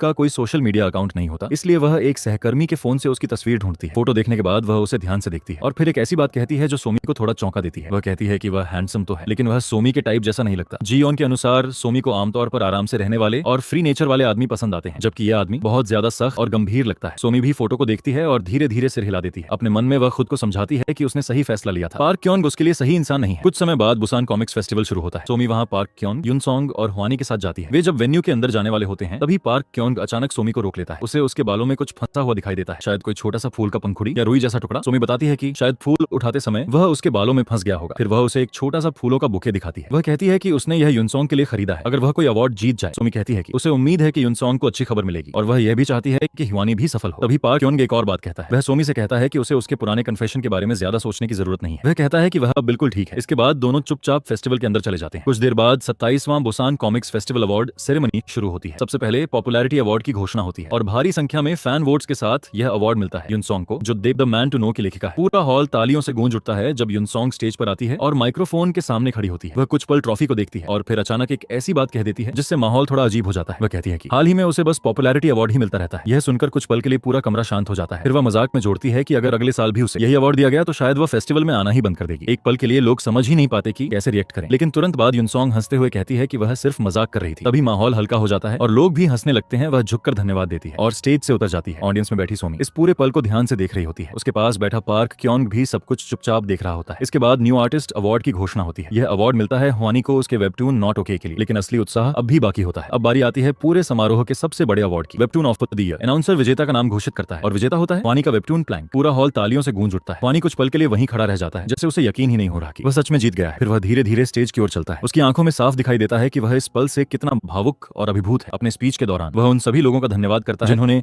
इस सफर में उसका साथ दिया। सेरेमनी खत्म होने के बाद सोमी बाहर निकलती है और देखती है कि युनसोंग भी बाहर जा रही है। लगता है जैसे वह तुरंत वहां से जाना चाहती है। सोमी जल्दी से उसके पास पहुंचती है और पूछती है कि क्या वह ठीक है। युनसोंग कहती है कि वह ठीक है, लेकिन उसके चेहरे पर अभी भी थोड़ी झुंझलाहट साफ दिखाई दे रही होती है। सोमी धीरे से उसे मनाती है कि वह वापस अंदर आ जाए और आफ्टर पार्टी में शामिल हो। कुछ पल सोचने के बाद युनसोंग आखिरकार मान जाती है और उसके साथ वापस अंदर चली जाती है। आफ्टर पार्टी शुरू होते ही माहौल काफी शोरगुल और खुशियों से भरा हो जाता है। हुआनी अभी भी अपनी जीत की खुशी में चमक रहा होता है। खुशी में वह घोषणा कर देता है कि आज वह सबको महंगी व्हिस्की पिलाएगा। ये सुनते ही पूरी टेबल खुशी से चीयर करने लगती है। यहाँ तक कि पार्क क्योंग भी मजाक करते हुए कहता है कि आज की खुशी में वह सुशी भी खा लेगा, जबकि आमतौर पर वह कच्चा खाना पसंद नहीं करता। पार्टी के बीच में हुआनी के फोन पर एक कॉल आती है। वह खुशी खुशी फोन उठाता है और सामने वाले को धन्यवाद देता है। वह उसे मिस्टर चो कहकर संबोधित करता है। यह नाम सुनते ही युनसोंग अचानक चुप हो जाती है। फिर वह गुस्से में कहती है कि जब भी वह चो पीडी को फोन करती है तो कभी कॉल कनेक्ट ही नहीं होता। फिर वह हुआनी से पूछती है कि आखिर वह उसकी कॉल क्यों उठाता है और उसकी कॉल महीनों तक इग्नोर क्यों करता है। हुआनी कहता है कि उसे सच में इस बारे में कुछ पता नहीं, लेकिन युनसोंग का गुस्सा बढ़ जाता है। वह उस पर आरोप लगाने लगती है कि शायद वह चो पीडी के साथ मिलकर उससे बदला ले रहा है। वह यहाँ तक पूछ लेती है कि क्या उसने जानबूझकर डायरेक्टर हुआंग से कहकर अपने वेबटून का अपलोड शेड्यूल बदलवाया ताकि वह उसके फ्राइडे रिलीज स्लॉट से टकराए। हुआनी इन सब बातों से साफ इनकार करता है। वह समझाता है कि रिलीज शेड्यूल का फैसला सिर्फ डायरेक्टर ही करते हैं। पार्टी धीरे धीरे आगे बढ़ती रहती है। कभी बातचीत गंभीर हो जाती है तो कभी माहौल फिर से हल्का हो जाता है। उस रात देर में युनसोंग अपने कमरे में होती है। वह पूरी तरह बेहोश नहीं होती, लेकिन साफ दिखाई देता है कि वह काफी ज्यादा शराब पी चुकी है और थक चुकी है। सोमी उसे बिस्तर पर आराम से लिटा देती है और ध्यान रखती है कि वह ठीक से सो सके। तभी अचानक युनसोंग का फोन बजने लगता है। स्क्रीन पर एक अनजान नाम दिखाई देता है, इसलिए सोमी ही कॉल उठा लेती है। फोन के दूसरी तरफ से एक आदमी तुरंत पूछता है कि क्या युनसोंग के साथ कुछ हुआ है। सोमी उसे बताती है कि युनसोंग अवार्ड सेरेमनी में आई थी, फिर आफ्टर पार्टी में थोड़ा ज्यादा पी लिया और अब अपने कमरे में सो रही। वह आदमी सोमी को धन्यवाद देता है कि उसने युनसोंग का ख्याल रखा। सोमी को जिज्ञासा होती है और वह पूछ लेती है कि वह कौन बोल रहा है। आदमी शांत आवाज में जवाब देता है, मैं युनसोंग का बॉयफ्रेंड हूँ। यह सुनकर सोमी कुछ पल के लिए चुप रह जाती है। वह आदमी आगे बताता है कि वे दोनों काफी समय से साथ हैं, बस युनसोंग ने अभी तक बहुत लोगों को इसके बारे में नहीं बताया है। अगले सीन में कंपनी का एक गिफ्ट एक्सचेंज इवेंट होता है। टेबल पर कई खूबसूरती से पैक किए हुए गिफ्ट रखे होते हैं। तब कोई सोमी का नाम पुकारता है और कहता है कि अब उसकी बारी है गिफ्ट चुनने की। सोमी आगे जाती है और ढेर में से एक गिफ्ट उठा लेती है। उसके सहकर्मी मजाक करते हुए कहते हैं कि अजीब बात है, जो गिफ्ट उसने चुना है वह किसी तरह बिल्कुल उसी जैसा लगता है। सोमी हंसकर उन्हें धन्यवाद देती है। कमरे के दूसरी तरफ खड़ा पार्क क्योंग यह सब चुपचाप देख रहा होता है। अपने मन में वह धीरे से सोचता है, इतने सारे गिफ्ट्स में से उसने वही चुना जो मेरा था। शायद यह सिर्फ एक संयोग था। फिर एक और पल दिखाई देता है। हर सुबह की तरह ऑफिस का वही एलिवेटर सीन। दरवाजे खुलते हैं और सोमी अंदर आती है। कुछ सेकंड बाद पार्क क्योंग भी अंदर आ जाता है। दोनों चुपचाप साथ खड़े रहते हैं जब तक एलिवेटर ऊपर जाता है। शायद यह भी एक और संयोग था। अगला सीन एक कॉफी शॉप का होता है। पार्क क्योंग काउंटर पर खड़ा अपना ड्रिंक ऑर्डर कर रहा होता है। उसी समय सोमी अंदर आती है, वह उसके पीछे खड़ी होकर अपना ऑर्डर देती है। दिलचस्प बात यह होती है कि सोमी को पता भी नहीं चलता कि पार्क क्योंग वहीं खड़ा है, लेकिन पार्क क्योंग यह सब देख रहा होता है। अपने मन में वह एक बात स्वीकार करता है। कई बार उसने कोशिश की थी कि वह इन छोटी छोटी बातों को महत्व देना बंद कर दे। उसने सोचा था कि यह सब सिर्फ संयोग है, लेकिन हर बार जब वह ऐसा सोचता, सोमी फिर कुछ ऐसा कर देती जो उसे फिर से सोचने पर मजबूर कर देता। कभी वह उसी एलिवेटर में आ जाती, कभी उसी जगह मिल जाती। धीरे धीरे ये छोटे छोटे संयोग उसे बार बार उसकी दुनिया में ले आते रहे और अब पार्क क्योंग खुद को अगले संयोग का इंतजार करते हुए पाता है। तभी स्क्रीन पर कहानी का टाइटल दिखाई देता है और कहानी फिर से लौटती है। बुसान कॉमिक्स फेस्टिवल की उसी रात आफ्टर पार्टी के सीन पर अंदर अभी भी सभी लोग पी रहे होते हैं और जश्न मना रहे होते हैं, लेकिन इस बीच सोमी थोड़ी देर के लिए बाहर आ जाती है। ठंडी रात की हवा में वह अकेली खड़ी होती है। उसके कदम थोड़े लड़खड़ा रहे होते हैं, जिससे साफ पता चलता है कि वह थोड़ी नशे में है। कुछ ही देर बाद पार्क क्योंग भी बाहर आता है ताकि थोड़ी ताजी हवा ले सके। वह सोमी को वहीं खड़ा देख लेता है और उसके पास चला जाता है। उसी पल सोमी अचानक अपना हाथ बढ़ाकर उसके चेहरे को छू लेती है। वह पूरी तरह होश में नहीं होती। धीरे से वह कहती है, तो तुम सच में आ गए? पार्क क्योंग थोड़ा हैरान हो जाता है। वह पूछता है कि वह बाहर क्या कर रही है। सोमी कहती है कि वह बस थोड़ी ताजी हवा लेने आई थी और अब अंदर वापस जाने वाली थी। पार्क क्योंग शांत स्वर में कहता है कि अगर ऐसा है तो वे दोनों साथ ही अंदर चल सकते हैं। सोमी कहती है कि वह खुद ही चली जाएगी, लेकिन पार्क क्योंग समझ जाता है कि वह थोड़ी टिप्सी है, इसलिए दोनों धीरे धीरे बिल्डिंग की ओर वापस चलने लगते हैं। चलते चलते अचानक पार्क क्योंग रुक जाता है। वह उससे एक बात पूछता है। वह कहता है कि अभी थोड़ी देर पहले उसने एक अजीब बात कही थी। उसने कहा था, तो तुम सच में आ गए? वह जानना चाहता है कि वह किसके बारे में कह रही थी। सोमी जल्दी से माफी मांग लेती है और कहती है कि शायद यह सब शराब का असर था। पार्क क्योंग सीधे पूछता है, क्या उसने उसे किसी और समझ लिया था? सोमी तुरंत मना कर देती है। वह कहती है कि ऐसी कोई बात नहीं थी। फिर पार्क क्योंग एक और सवाल पूछता है। वह पूछता है कि क्या उसका रिश्ता ठीक चल रहा है? सोमी तुरंत जवाब देती है, हाँ सब ठीक चल रहा है। पार्क क्योंग कुछ पल उसे देखता है और शांत स्वर में कहता है कि यह सुनकर उसे खुशी हुई। फिर वह उसे उसके कमरे तक छोड़ देता है। दरवाजे पर सोमी उसे गुड नाइट कहती है। अगली सुबह हो जाती है। युनसोंग पहले ही तैयार हो चुकी होती है। वह न तो नाश्ता करना चाहती है और न ही किसी से ज्यादा बात। वह बस अपना बैग उठाती है और बाहर जाने लगती है। सोमी जल्दी से उसके पीछे जाती है और पूछती है कि वह इतनी जल्दी क्यों जा रही है। उन्होंने अभी नाश्ता भी नहीं किया, लेकिन युनसोंग कहती है कि उसे नाश्ते की जरूरत नहीं है और वह चलती रहती है। सोमी सावधानी से कल रात की बात छेड़ने की कोशिश करती है, अवार्ड सेरेमनी और आफ्टर पार्टी की, लेकिन युनसोंग अचानक कहती है उस बारे में बात मत करो और वह तेज कदमों से चलने लगती है। सोमी समझ जाती है कि वह उस विषय से असहज हो रही है, इसलिए वह जल्दी से बात बदल देती है। वह कैजुअली पूछती है कि क्या उसने अपने बॉयफ्रेंड को वापस कॉल किया था। यह सुनते ही युनसोंग अचानक रुक जाती है। वह धीरे धीरे मुड़कर पूछती है, तुम्हें उसके बारे में कैसे पता? सोमी समझाती है कि कल रात जब युनसोंग सो गई थी तब उसका फोन लगातार बज रहा था, इसलिए उसने कॉल उठा लिया था। फोन पर एक आदमी था जिसकी आवाज शांत और विनम्र थी। उसने खुद को युनसोंग का बॉयफ्रेंड बताया था। यह सुनते ही युनसोंग गुस्से से भर जाती है। वह जोर से पूछती है कि सोमी ने किसी और का फोन क्यों उठाया। फिर वह सोमी को बहुत परेशान करने वाला कहती है और बिना कुछ और बोले वहां से चली जाती है। सोमी वहीं खड़ी रह जाती है, पूरी तरह कंफ्यूज होकर। आखिरकार सोमी घर वापस पहुंचती है। लंबी यात्रा की थकान के बाद वह सोफे पर लेट जाती है। तभी उसका फोन वाइब्रेट करता है। डोंगमिन ने उसे वर्कशॉप की कई तस्वीरें भेजी होती हैं। सोमी धीरे धीरे वो तस्वीरें देखने लगती है। तस्वीरों में सब लोग खुश दिखाई दे रहे होते हैं। कुछ देर बाद सोमी फिर से लॉग इन करती है बॉयफ्रेंड ऑन डिमांड ऐप में। वह फिर उसी हॉस्टल वाले सीन में पहुंच जाती है। गु योंग उसे बताता है कि वह इस जगह पर अपने प्लान से काफी ज्यादा समय तक रुक गया है। असल में उसका इतना रुकने का कोई इरादा नहीं था, लेकिन यहाँ किसी से मिलने के बाद उसकी योजनाएं थोड़ी बदल गई। अब उसे लगता है कि उसे फिर से आगे बढ़ जाना चाहिए। उसे खुद भी नहीं पता कि अगली मंजिल कहाँ होगी। वह बस जहाँ सड़क ले जाएगी वहीं चला जाएगा। सोमी उससे पूछती है क्या वह अकेले ही जाएगा। गु योंग उसकी ओर देखता है और पूछता है क्या वह उसके साथ चलना चाहेगी। वह कहता है कि वे दोनों साथ यात्रा कर सकते हैं, नई जगह देख सकते हैं और रास्ते में स्वादिष्ट खाना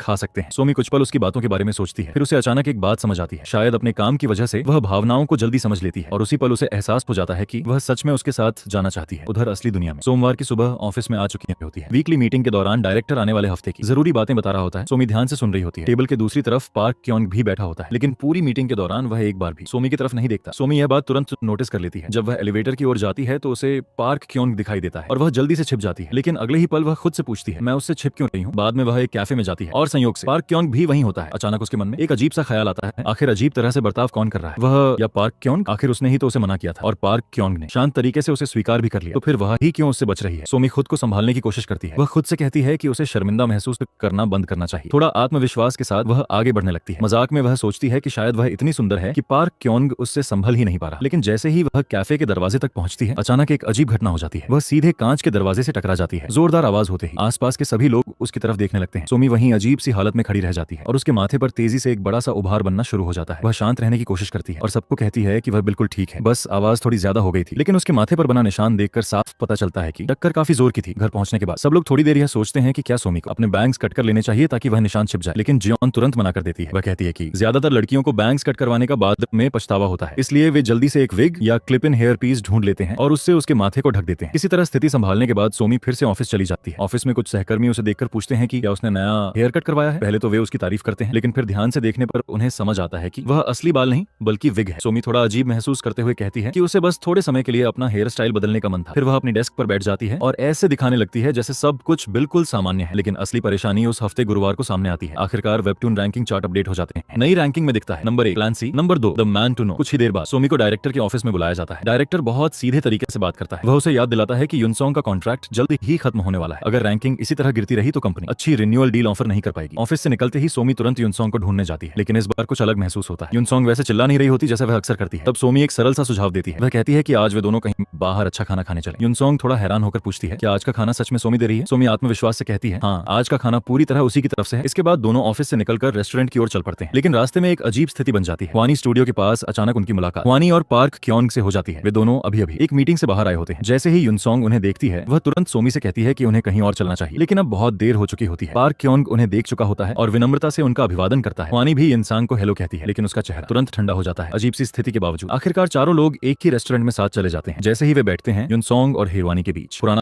तनाव फिर से महसूस होने लगता है। धीरे धीरे यह भी साफ हो जाता है कि हवानी ने सोयांग का काफी ख्याल रखा है। तभी पार्क क्योंग शांत स्वर में बोलता है। वह उन्हें याद दिलाता है कि वे सभी यहाँ क्रिएटर्स हैं, इसलिए बातों को और मुश्किल बनाने की जरूरत नहीं है। युनसोंग सोमी की ओर मुड़कर कहती है कि उसने पहले कहा था कि उन्हें जो भी करना पड़े करना चाहिए। सोमी सिर हिलाकर उस बात की पुष्टि करती है। धीरे धीरे टेबल का माहौल थोड़ा हल्का होने लगता है। मन मारकर ही सही, लेकिन सब लोग शाम को साथ बिताने लगते हैं। समय के साथ माहौल थोड़ा गर्मजोशी भरा हो जाता है। बातचीत के दौरान अचानक युनसोंग घोषणा करती है कि उसका सच में एक बॉयफ्रेंड है। वह यह बात पूरे आत्मविश्वास के साथ कहती है। सोमी भी उसकी पुष्टि करती है और बताती है कि वह पहले उससे फोन पर बात भी कर चुकी है। उस रात जब सब लोग वापस जा रहे होते हैं, सोमी पार्क क्योंग से माफी मांगती है। उसे समझाने की कोशिश करती है कि उसने पहले जो कहा था वह झूठ। पार्क क्योंग तुरंत समझ जाता है कि वह किस बात की ओर इशारा कर रही है। सोमी बताती है कि जब उसने कहा था कि उसका बॉयफ्रेंड है तो उसका झूठ बोलने का इरादा नहीं था। वह बस उस समय घबरा गई थी क्योंकि उसने पहले कभी ऐसी स्थिति का सामना नहीं किया था। पार्क क्योंग चुपचाप उसकी बात सुनता है। कुछ देर बाद वह भी माफी मांगता है। वह कहता है कि अचानक अपने जज्बात कबूल करना शायद उसे असहज कर गया होगा। उस समय वह सिर्फ अपनी भावनाओं के बारे में सोच रहा था। सोमी उसकी बात सुनकर उसे धन्यवाद कहती है। वह बताती है कि यह बात काफी समय से उसे परेशान कर रही थी। उसे बार बार याद आ रहा था कि बसान जाने से पहले वह नाराज था, लेकिन पार्क क्योंग शांत स्वर में कहता है कि अब वह नाराज नहीं है। सोमी यह सुनकर राहत महसूस करती है। कुछ पल के लिए दोनों के बीच चुप्पी छा जाती है। तभी पार्क क्योंग धीरे से उसका नाम पुकारता है, सोमी। सोमी उसकी ओर देखती है। वह उससे एक आखिरी सवाल पूछता है, अब जब सब कुछ साफ हो चुका है तो क्या इसका मतलब यह है कि उसका सच में कोई बॉयफ्रेंड नहीं है? सोमी कुछ पल के लिए रुकती है, फिर धीरे से कहती है कि हाँ, वह ऐसा ही समझ सकता है। पार्क क्योंग कुछ देर तक उसे ध्यान से देखता है, फिर थोड़ी चुप्पी के बाद वह थोड़ा उसके करीब आता है और मजाकिया अंदाज में पूछता है, तो क्या इसका मतलब है कि अब वह लाइन पार कर सकता है और उसके साथ रिश्ता शुरू कर सकता है? सोमी यह सुनकर थोड़ी घबरा जाती है। उसे समझ नहीं आता कि पार्क क्योंग अब क्या करने वाला है, लेकिन जवाब देने के बजाय पार्क क्योंग अचानक विषय बदल देता है। वह सोमी को अपने घर डिनर पर आने का न्योता देता है, जहां उसके दोस्त भी होंगे। जब सोमी उसके घर पहुंचती है तो उसे एक चौंकाने वाली बात पता चलती है। पार्क क्योंग को पेंटिंग का बहुत शौक है, बिल्कुल उसी तरह जैसे उस वर्चुअल प्रोग्राम के अंदर वाला कैरेक्टर। यह देखकर सोमी को यकीन ही नहीं होता कि उसने पहले यह बात कभी नोटिस ही नहीं की। डिनर के बाद पार्क क्योंग काफी थक जाता है और अनजाने में ही सोफे पर सो जाता है। यह देखकर सोमी को एक मौका मिल जाता है। वह धीरे धीरे उसके करीब आती है और ध्यान से उसके चेहरे को देखने लगती है, जैसे वह उसके चेहरे की हर बात को अपनी यादों में बसाना चाहती हो। लेकिन तभी अचानक पार्क क्योंग अपनी आंखें खोल देता है। उसे लगता है कि शायद सोमी की तबीयत ठीक नहीं है, इसलिए वह धीरे से अपना हाथ उसके चेहरे पर रखकर उसकी हालत जांचने लगता है। यह पल आते ही सोमी का दिल तेजी से धड़कने लगता है। अगली सुबह सोमी जल्दी उठ जाती है और दौड़ने के लिए बाहर निकलती है, लेकिन वह जितना भी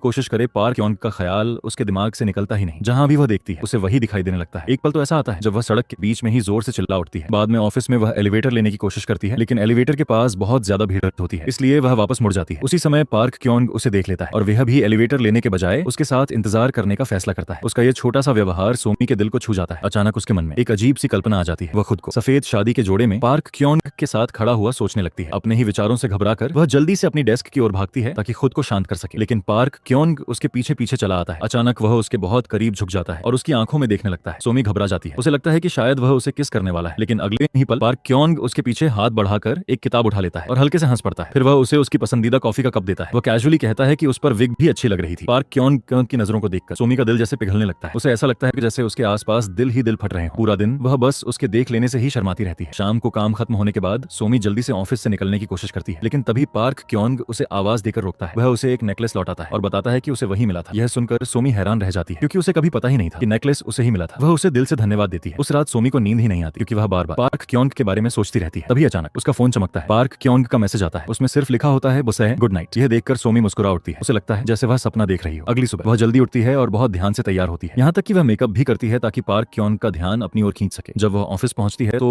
उसके सहकर्मी हैरान रह जाते हैं क्योंकि उन्होंने उसे पहले कभी ऐसे तैयार होकर नहीं देखा था। वे तुरंत शक करने लगते हैं कि शायद वह कंपनी के ही किसी इंसान को डेट कर रही है। सोमी घबराकर उस बात से इनकार कर देती है और जल्दी से विषय बदल देती है। उस रात वह फिर देर तक काम करती है, लेकिन इस बार उसे देखकर हैरानी होती है कि पार्क क्योंग बाहर उसका इंतजार कर रहा है ताकि वह उसे घर तक छोड़ सके। साथ चलते हुए वह कैजुअली कहता है, आज तुम बहुत सुंदर लग रही हो। यह सुनते ही सोमी का चेहरा लाल हो जाता है और वह जल्दी से बस में चढ़ जाती है ताकि उसके सामने कमजोर न पड़ जाए। लेकिन बस में बैठने के बाद उसे पता चलता है कि बस किसी दूर शहर की ओर जा रही है। घबराकर वह ड्राइवर से कहती है कि उसे तुरंत नीचे उतार दे। उधर दूसरी तरफ उसकी एक दोस्त को बॉयफ्रेंड ऑन डिमांड प्रोग्राम का डिवाइस मिल जाता है। दिल टूटने के बाद वह उसे आजमाने का फैसला करती है। प्रोग्राम के अंदर उसे एक हैंडसम सिंगर मिलता है जो उसके लिए पियानो बजाता है। जब वह वापस असली दुनिया में आती है तो इस अनुभव से हैरान रह जाती है और तय करती है कि वह भी यह प्रोग्राम खरीद लेगी। धीरे धीरे धीरे वह उस प्रोग्राम की आदी हो जाती है ताकि अपने दिल की खाली जगह भर सके। अगले दिन सोमी फिर देर तक ऑफिस में काम कर रही होती है। वह देखती है कि पार्क क्योंग आसपास नहीं है। उसे लगता है कि वह शायद बिना बताए ही चला गया। अचानक ऑफिस की सारी लाइटें बंद हो जाती हैं। सोमी हैरान होकर आगे बढ़ती है ताकि देख सके कि क्या हुआ, और तभी वह हैरान रह जाती है। उसके पीछे पार्क क्योंग खड़ा होता है। उसके हाथ में क्रिसमस ट्री और केक होता है। वह नए साल का जश्न मनाने के लिए यह सब लेकर आया होता है। यह पहली बार होता है जब किसी ने सोमी के लिए ऐसा कुछ किया हो। खुशी से भरकर सोमी उसे दिल से धन्यवाद देती है। इस बार वह फिर हिम्मत जुटाती है और उसके साथ टहलने चल पड़ती है। रास्ते में पार्क क्योंग देखता है कि सोमी को भूख लगी है। बिना ज्यादा कुछ कहे वह उसे पास के एक रेस्टोरेंट में ले जाता है। दोनों साथ बैठकर आराम से खाना खाते हैं, हंसते हैं और एक दूसरे की कंपनी का आनंद लेते हैं। उस समय दोनों के बीच का माहौल बहुत हल्का और सुकून भरा होता है, जैसे बाहर की दुनिया कुछ देर के लिए गायब हो गई हो। खाना खत्म होने के बाद पार्क क्योंग सोमी को घर तक छोड़ने जाता है। जाने से पहले वह चुपचाप उसे एक छोटा सा मैसेज देता है और फिर अलविदा कह देता है। घर के अंदर जाकर जब सोमी वह नोट पढ़ती है तो उसमें लिखा होता है, जब भी मैं तुम्हारे साथ होता हूँ मुझे हमेशा खुशी महसूस होती है। यह पढ़कर सोमी का दिल गर्मजोशी से भर जाता है। उसे पूरा यकीन हो जाता है कि पार्क क्योंग सच में उससे प्यार करता है। लेकिन तभी उसे अचानक प्रोग्राम के अंदर वाला वही कैरेक्टर याद आता है जो बिल्कुल पार्क क्योंग जैसा दिखता है। जिज्ञासा उसे फिर खींच लेती है, इसलिए वह फिर से हेडसेट पहनकर प्रोग्राम के अंदर चली जाती है। वहां पहुंचने पर वह उसे झील के किनारे इंतजार करते हुए पाती है। वह मुस्कुराकर कहता है कि उसे उसकी बहुत याद आई। फिर वह उसे एक बगीचे में ले जाता है और कहता है कि वह उसका पोर्ट्रेट पेंट करना चाहता है। लेकिन हर बार जब सोमी उसका चेहरा देखती है उसे उसमें पार्क क्योंग का चेहरा दिखाई देता है। उसी पल उसे सच्चाई समझ में आ जाती है। जिस इंसान से वह सच में प्यार करती है वह है असल दुनिया वाला पार्क क्योंग। गिल्ट महसूस करते हुए वह वर्चुअल कैरेक्टर से माफी मांगती है और कहती है कि अब वह दोबारा इस प्रोग्राम में नहीं आएगी। लेकिन अचानक वह उसका हाथ पकड़ लेता है और शांत आवाज में कहता है उसका प्यार हमेशा उसके लिए वैसा ही रहेगा, जबकि असली दुनिया का इंसान कभी भी बदल सकता है। यह सुनकर सोमी डर जाती है और जब वह वापस असली दुनिया में आती है तो यह डर और भी गहरा हो जाता है। वह खुद को समझाने लगती है कि अगर उसने पार्क से सच में प्यार कर लिया तो शायद एक दिन वह भी उसे छोड़ देगा, ठीक वैसे ही जैसे उसका पुराना बॉयफ्रेंड उसे छोड़कर चला गया था। इसी डर की वजह से सोमी एक फैसला लेती है। वह पार्क को पूरी तरह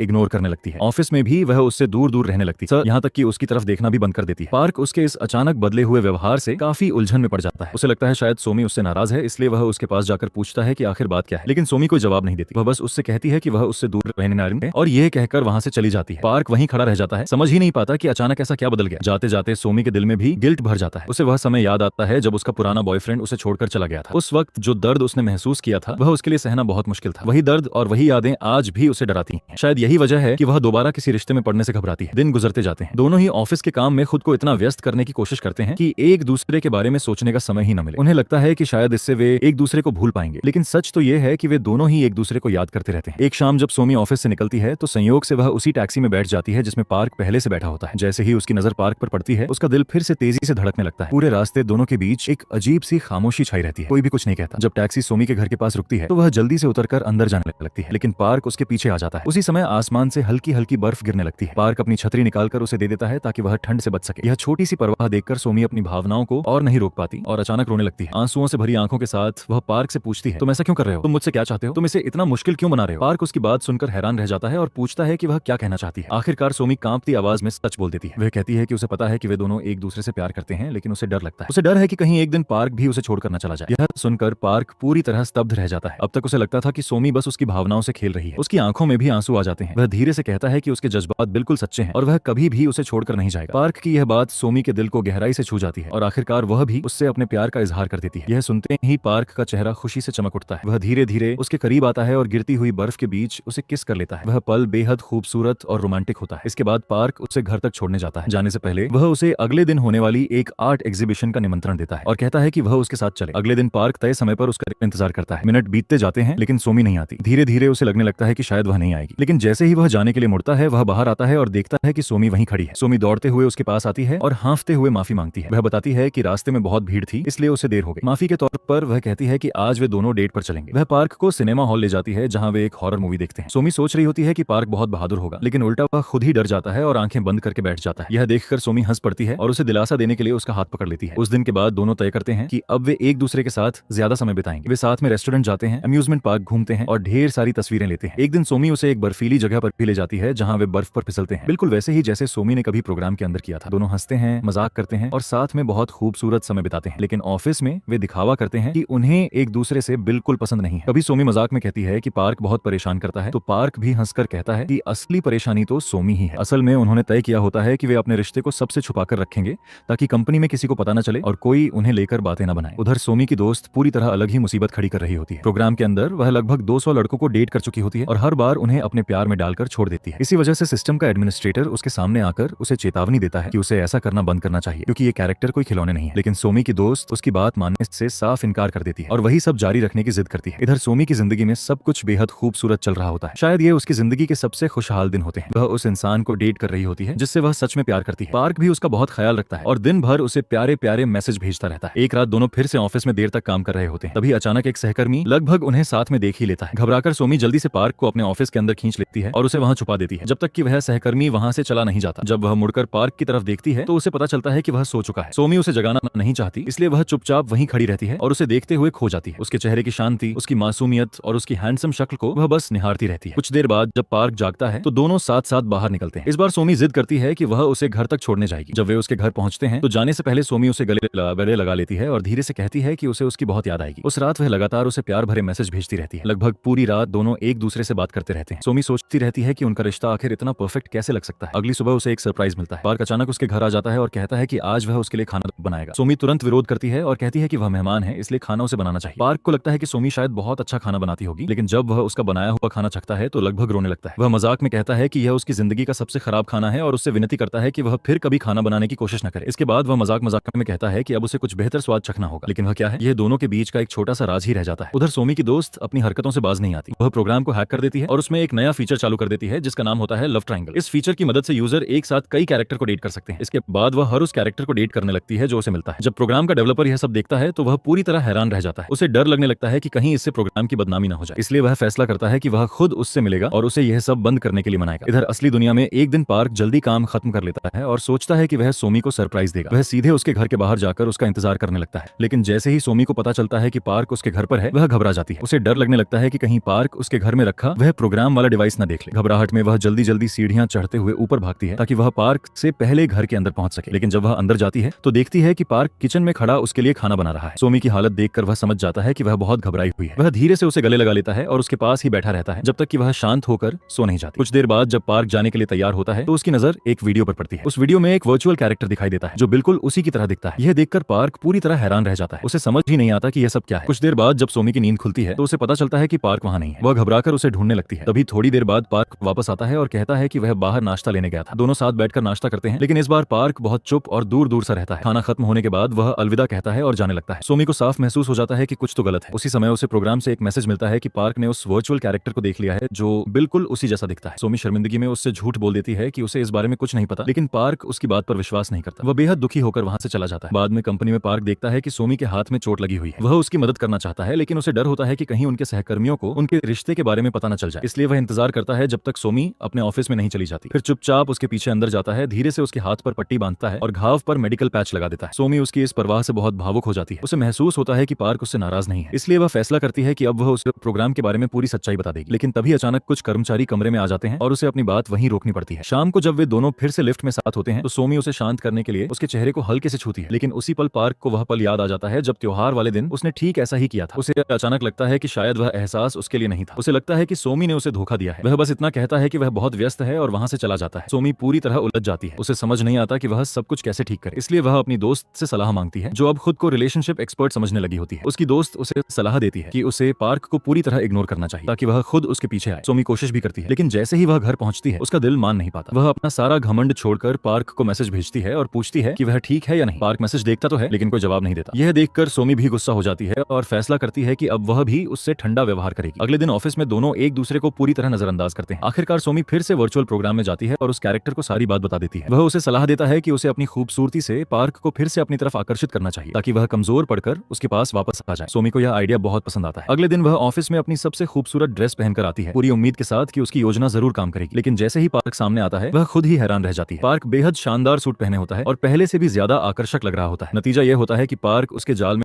फंसने की बजाय सोमी खुद ही उसे देखकर हैरान रह जाती है। उसकी पूरी योजना वहीं फेल हो जाती है। उसी दिन बाद में पार्क अपने एक करीबी दोस्त को एयरपोर्ट छोड़ने जाता है। रास्ते में उसका दोस्त उससे पूछता है कि अगर उसे पता चले कि उसकी गर्लफ्रेंड ने किसी डेटिंग प्रोग्राम में बिल्कुल उसी जैसा कैरेक्टर बना रखा है तो उसे कैसा लगेगा। पार्क कुछ देर सोचता है और फिर कहता है कि उसे तो खुशी होगी, क्योंकि इसका मतलब होगा कि वह लड़की उससे इतना प्यार करती है कि हर समय उसके साथ रहना चाहती है। अपने दोस्त की यह बात सुनकर पार्क को अचानक एहसास होता है कि उसने सोमी को गलत समझ लिया था। सब कुछ अचानक साफ हो जाता है। उसे उनके साथ बिताए हुए सारे खूबसूरत पल याद आने लगते हैं। वह तुरंत कंपनी की ओर दौड़ पड़ता है। जब वह बाहर खड़ी सोमी को देखता है तो सीधे उसके पास जाकर उसे कसकर गले लगा लेता है। वह उससे माफी मांगता है कि उसने उसे दूर धकेल दिया और कहता है कि वह उससे माफ कर चुका है। दोनों फिर से एक दूसरे के साथ खुश हो जाते हैं। कुछ समय बाद ऑफिस में एक हादसा हो जाता है। काम करते समय पार्क के ऊपर कुछ बॉक्स गिर जाते हैं और उसका कंधा घायल हो जाता है। उसे तुरंत अस्पताल ले जाया जाता है। जब सोमी को यह पता चलता है तो वह रोते हुए अस्पताल पहुंचती है और उसे उसे कसकर गले लगा लेती है। पार्क उसे समझाता है कि वह ठीक है और फिर अचानक वह उससे शादी के लिए प्रपोज कर देता है। सोमी पहले तो हैरान रह जाती है, लेकिन फिर खुशी खुशी उसका प्रस्ताव स्वीकार कर लेती है। अपनी नई जिंदगी शुरू करने से पहले सोमी आखिरी बार उस प्रोग्राम में जाती है। वह उस वर्चुअल कैरेक्टर को धन्यवाद देती है जिसने उसे अपनी असली भावनाओं को समझने में मदद की थी। इसके बाद वह हमेशा के लिए उस प्रोग्राम को डिलीट कर देती है। आखिर में सोमी और पार्क हाथों में हाथ डाले साथ चलते हुए नजर आते हैं। वे वादा करते हैं कि जिंदगी चाहे जितनी भी मुश्किल क्यों न हो, वे हमेशा साथ मिलकर उसका सामना करेंगे, क्योंकि असली प्यार कभी परफेक्ट नहीं होता, लेकिन जब दो लोग सच में साथ हों तो हर मुश्किल आसान लगने लगती है। और इसी के साथ सोमी और पार्क की यह खूबसूरत लव स्टोरी यहीं खत्म होती है। एक ऐसी कहानी जो हमें यह सिखाती है कि सच्चा प्यार हमेशा परफेक्ट नहीं होता, लेकिन अगर दो लोग सच में एक दूसरे का साथ देना चाहें तो हर मुश्किल आसान बन जाती है। अगर आपको यह ड्रामा स्टोरी पसंद आई हो तो वीडियो को लाइक जरूर करें और कमेंट में बताएं कि आपको इस कहानी का कौन सा पार्ट सबसे ज्यादा अच्छा लगा। और अगर आप ऐसी ही दिलचस्प कोरियन, चाइनीज और एशियन ड्रामा स्टोरी एक्सप्लेन देखना चाहते हैं तो हमारे चैनल ड्रामिष्टी को जरूर सब्सक्राइब करें। मिलते हैं अगली एक और शानदार ड्रामा स्टोरी के साथ। तब तक के लिए अपना ख्याल रखें। Bye bye.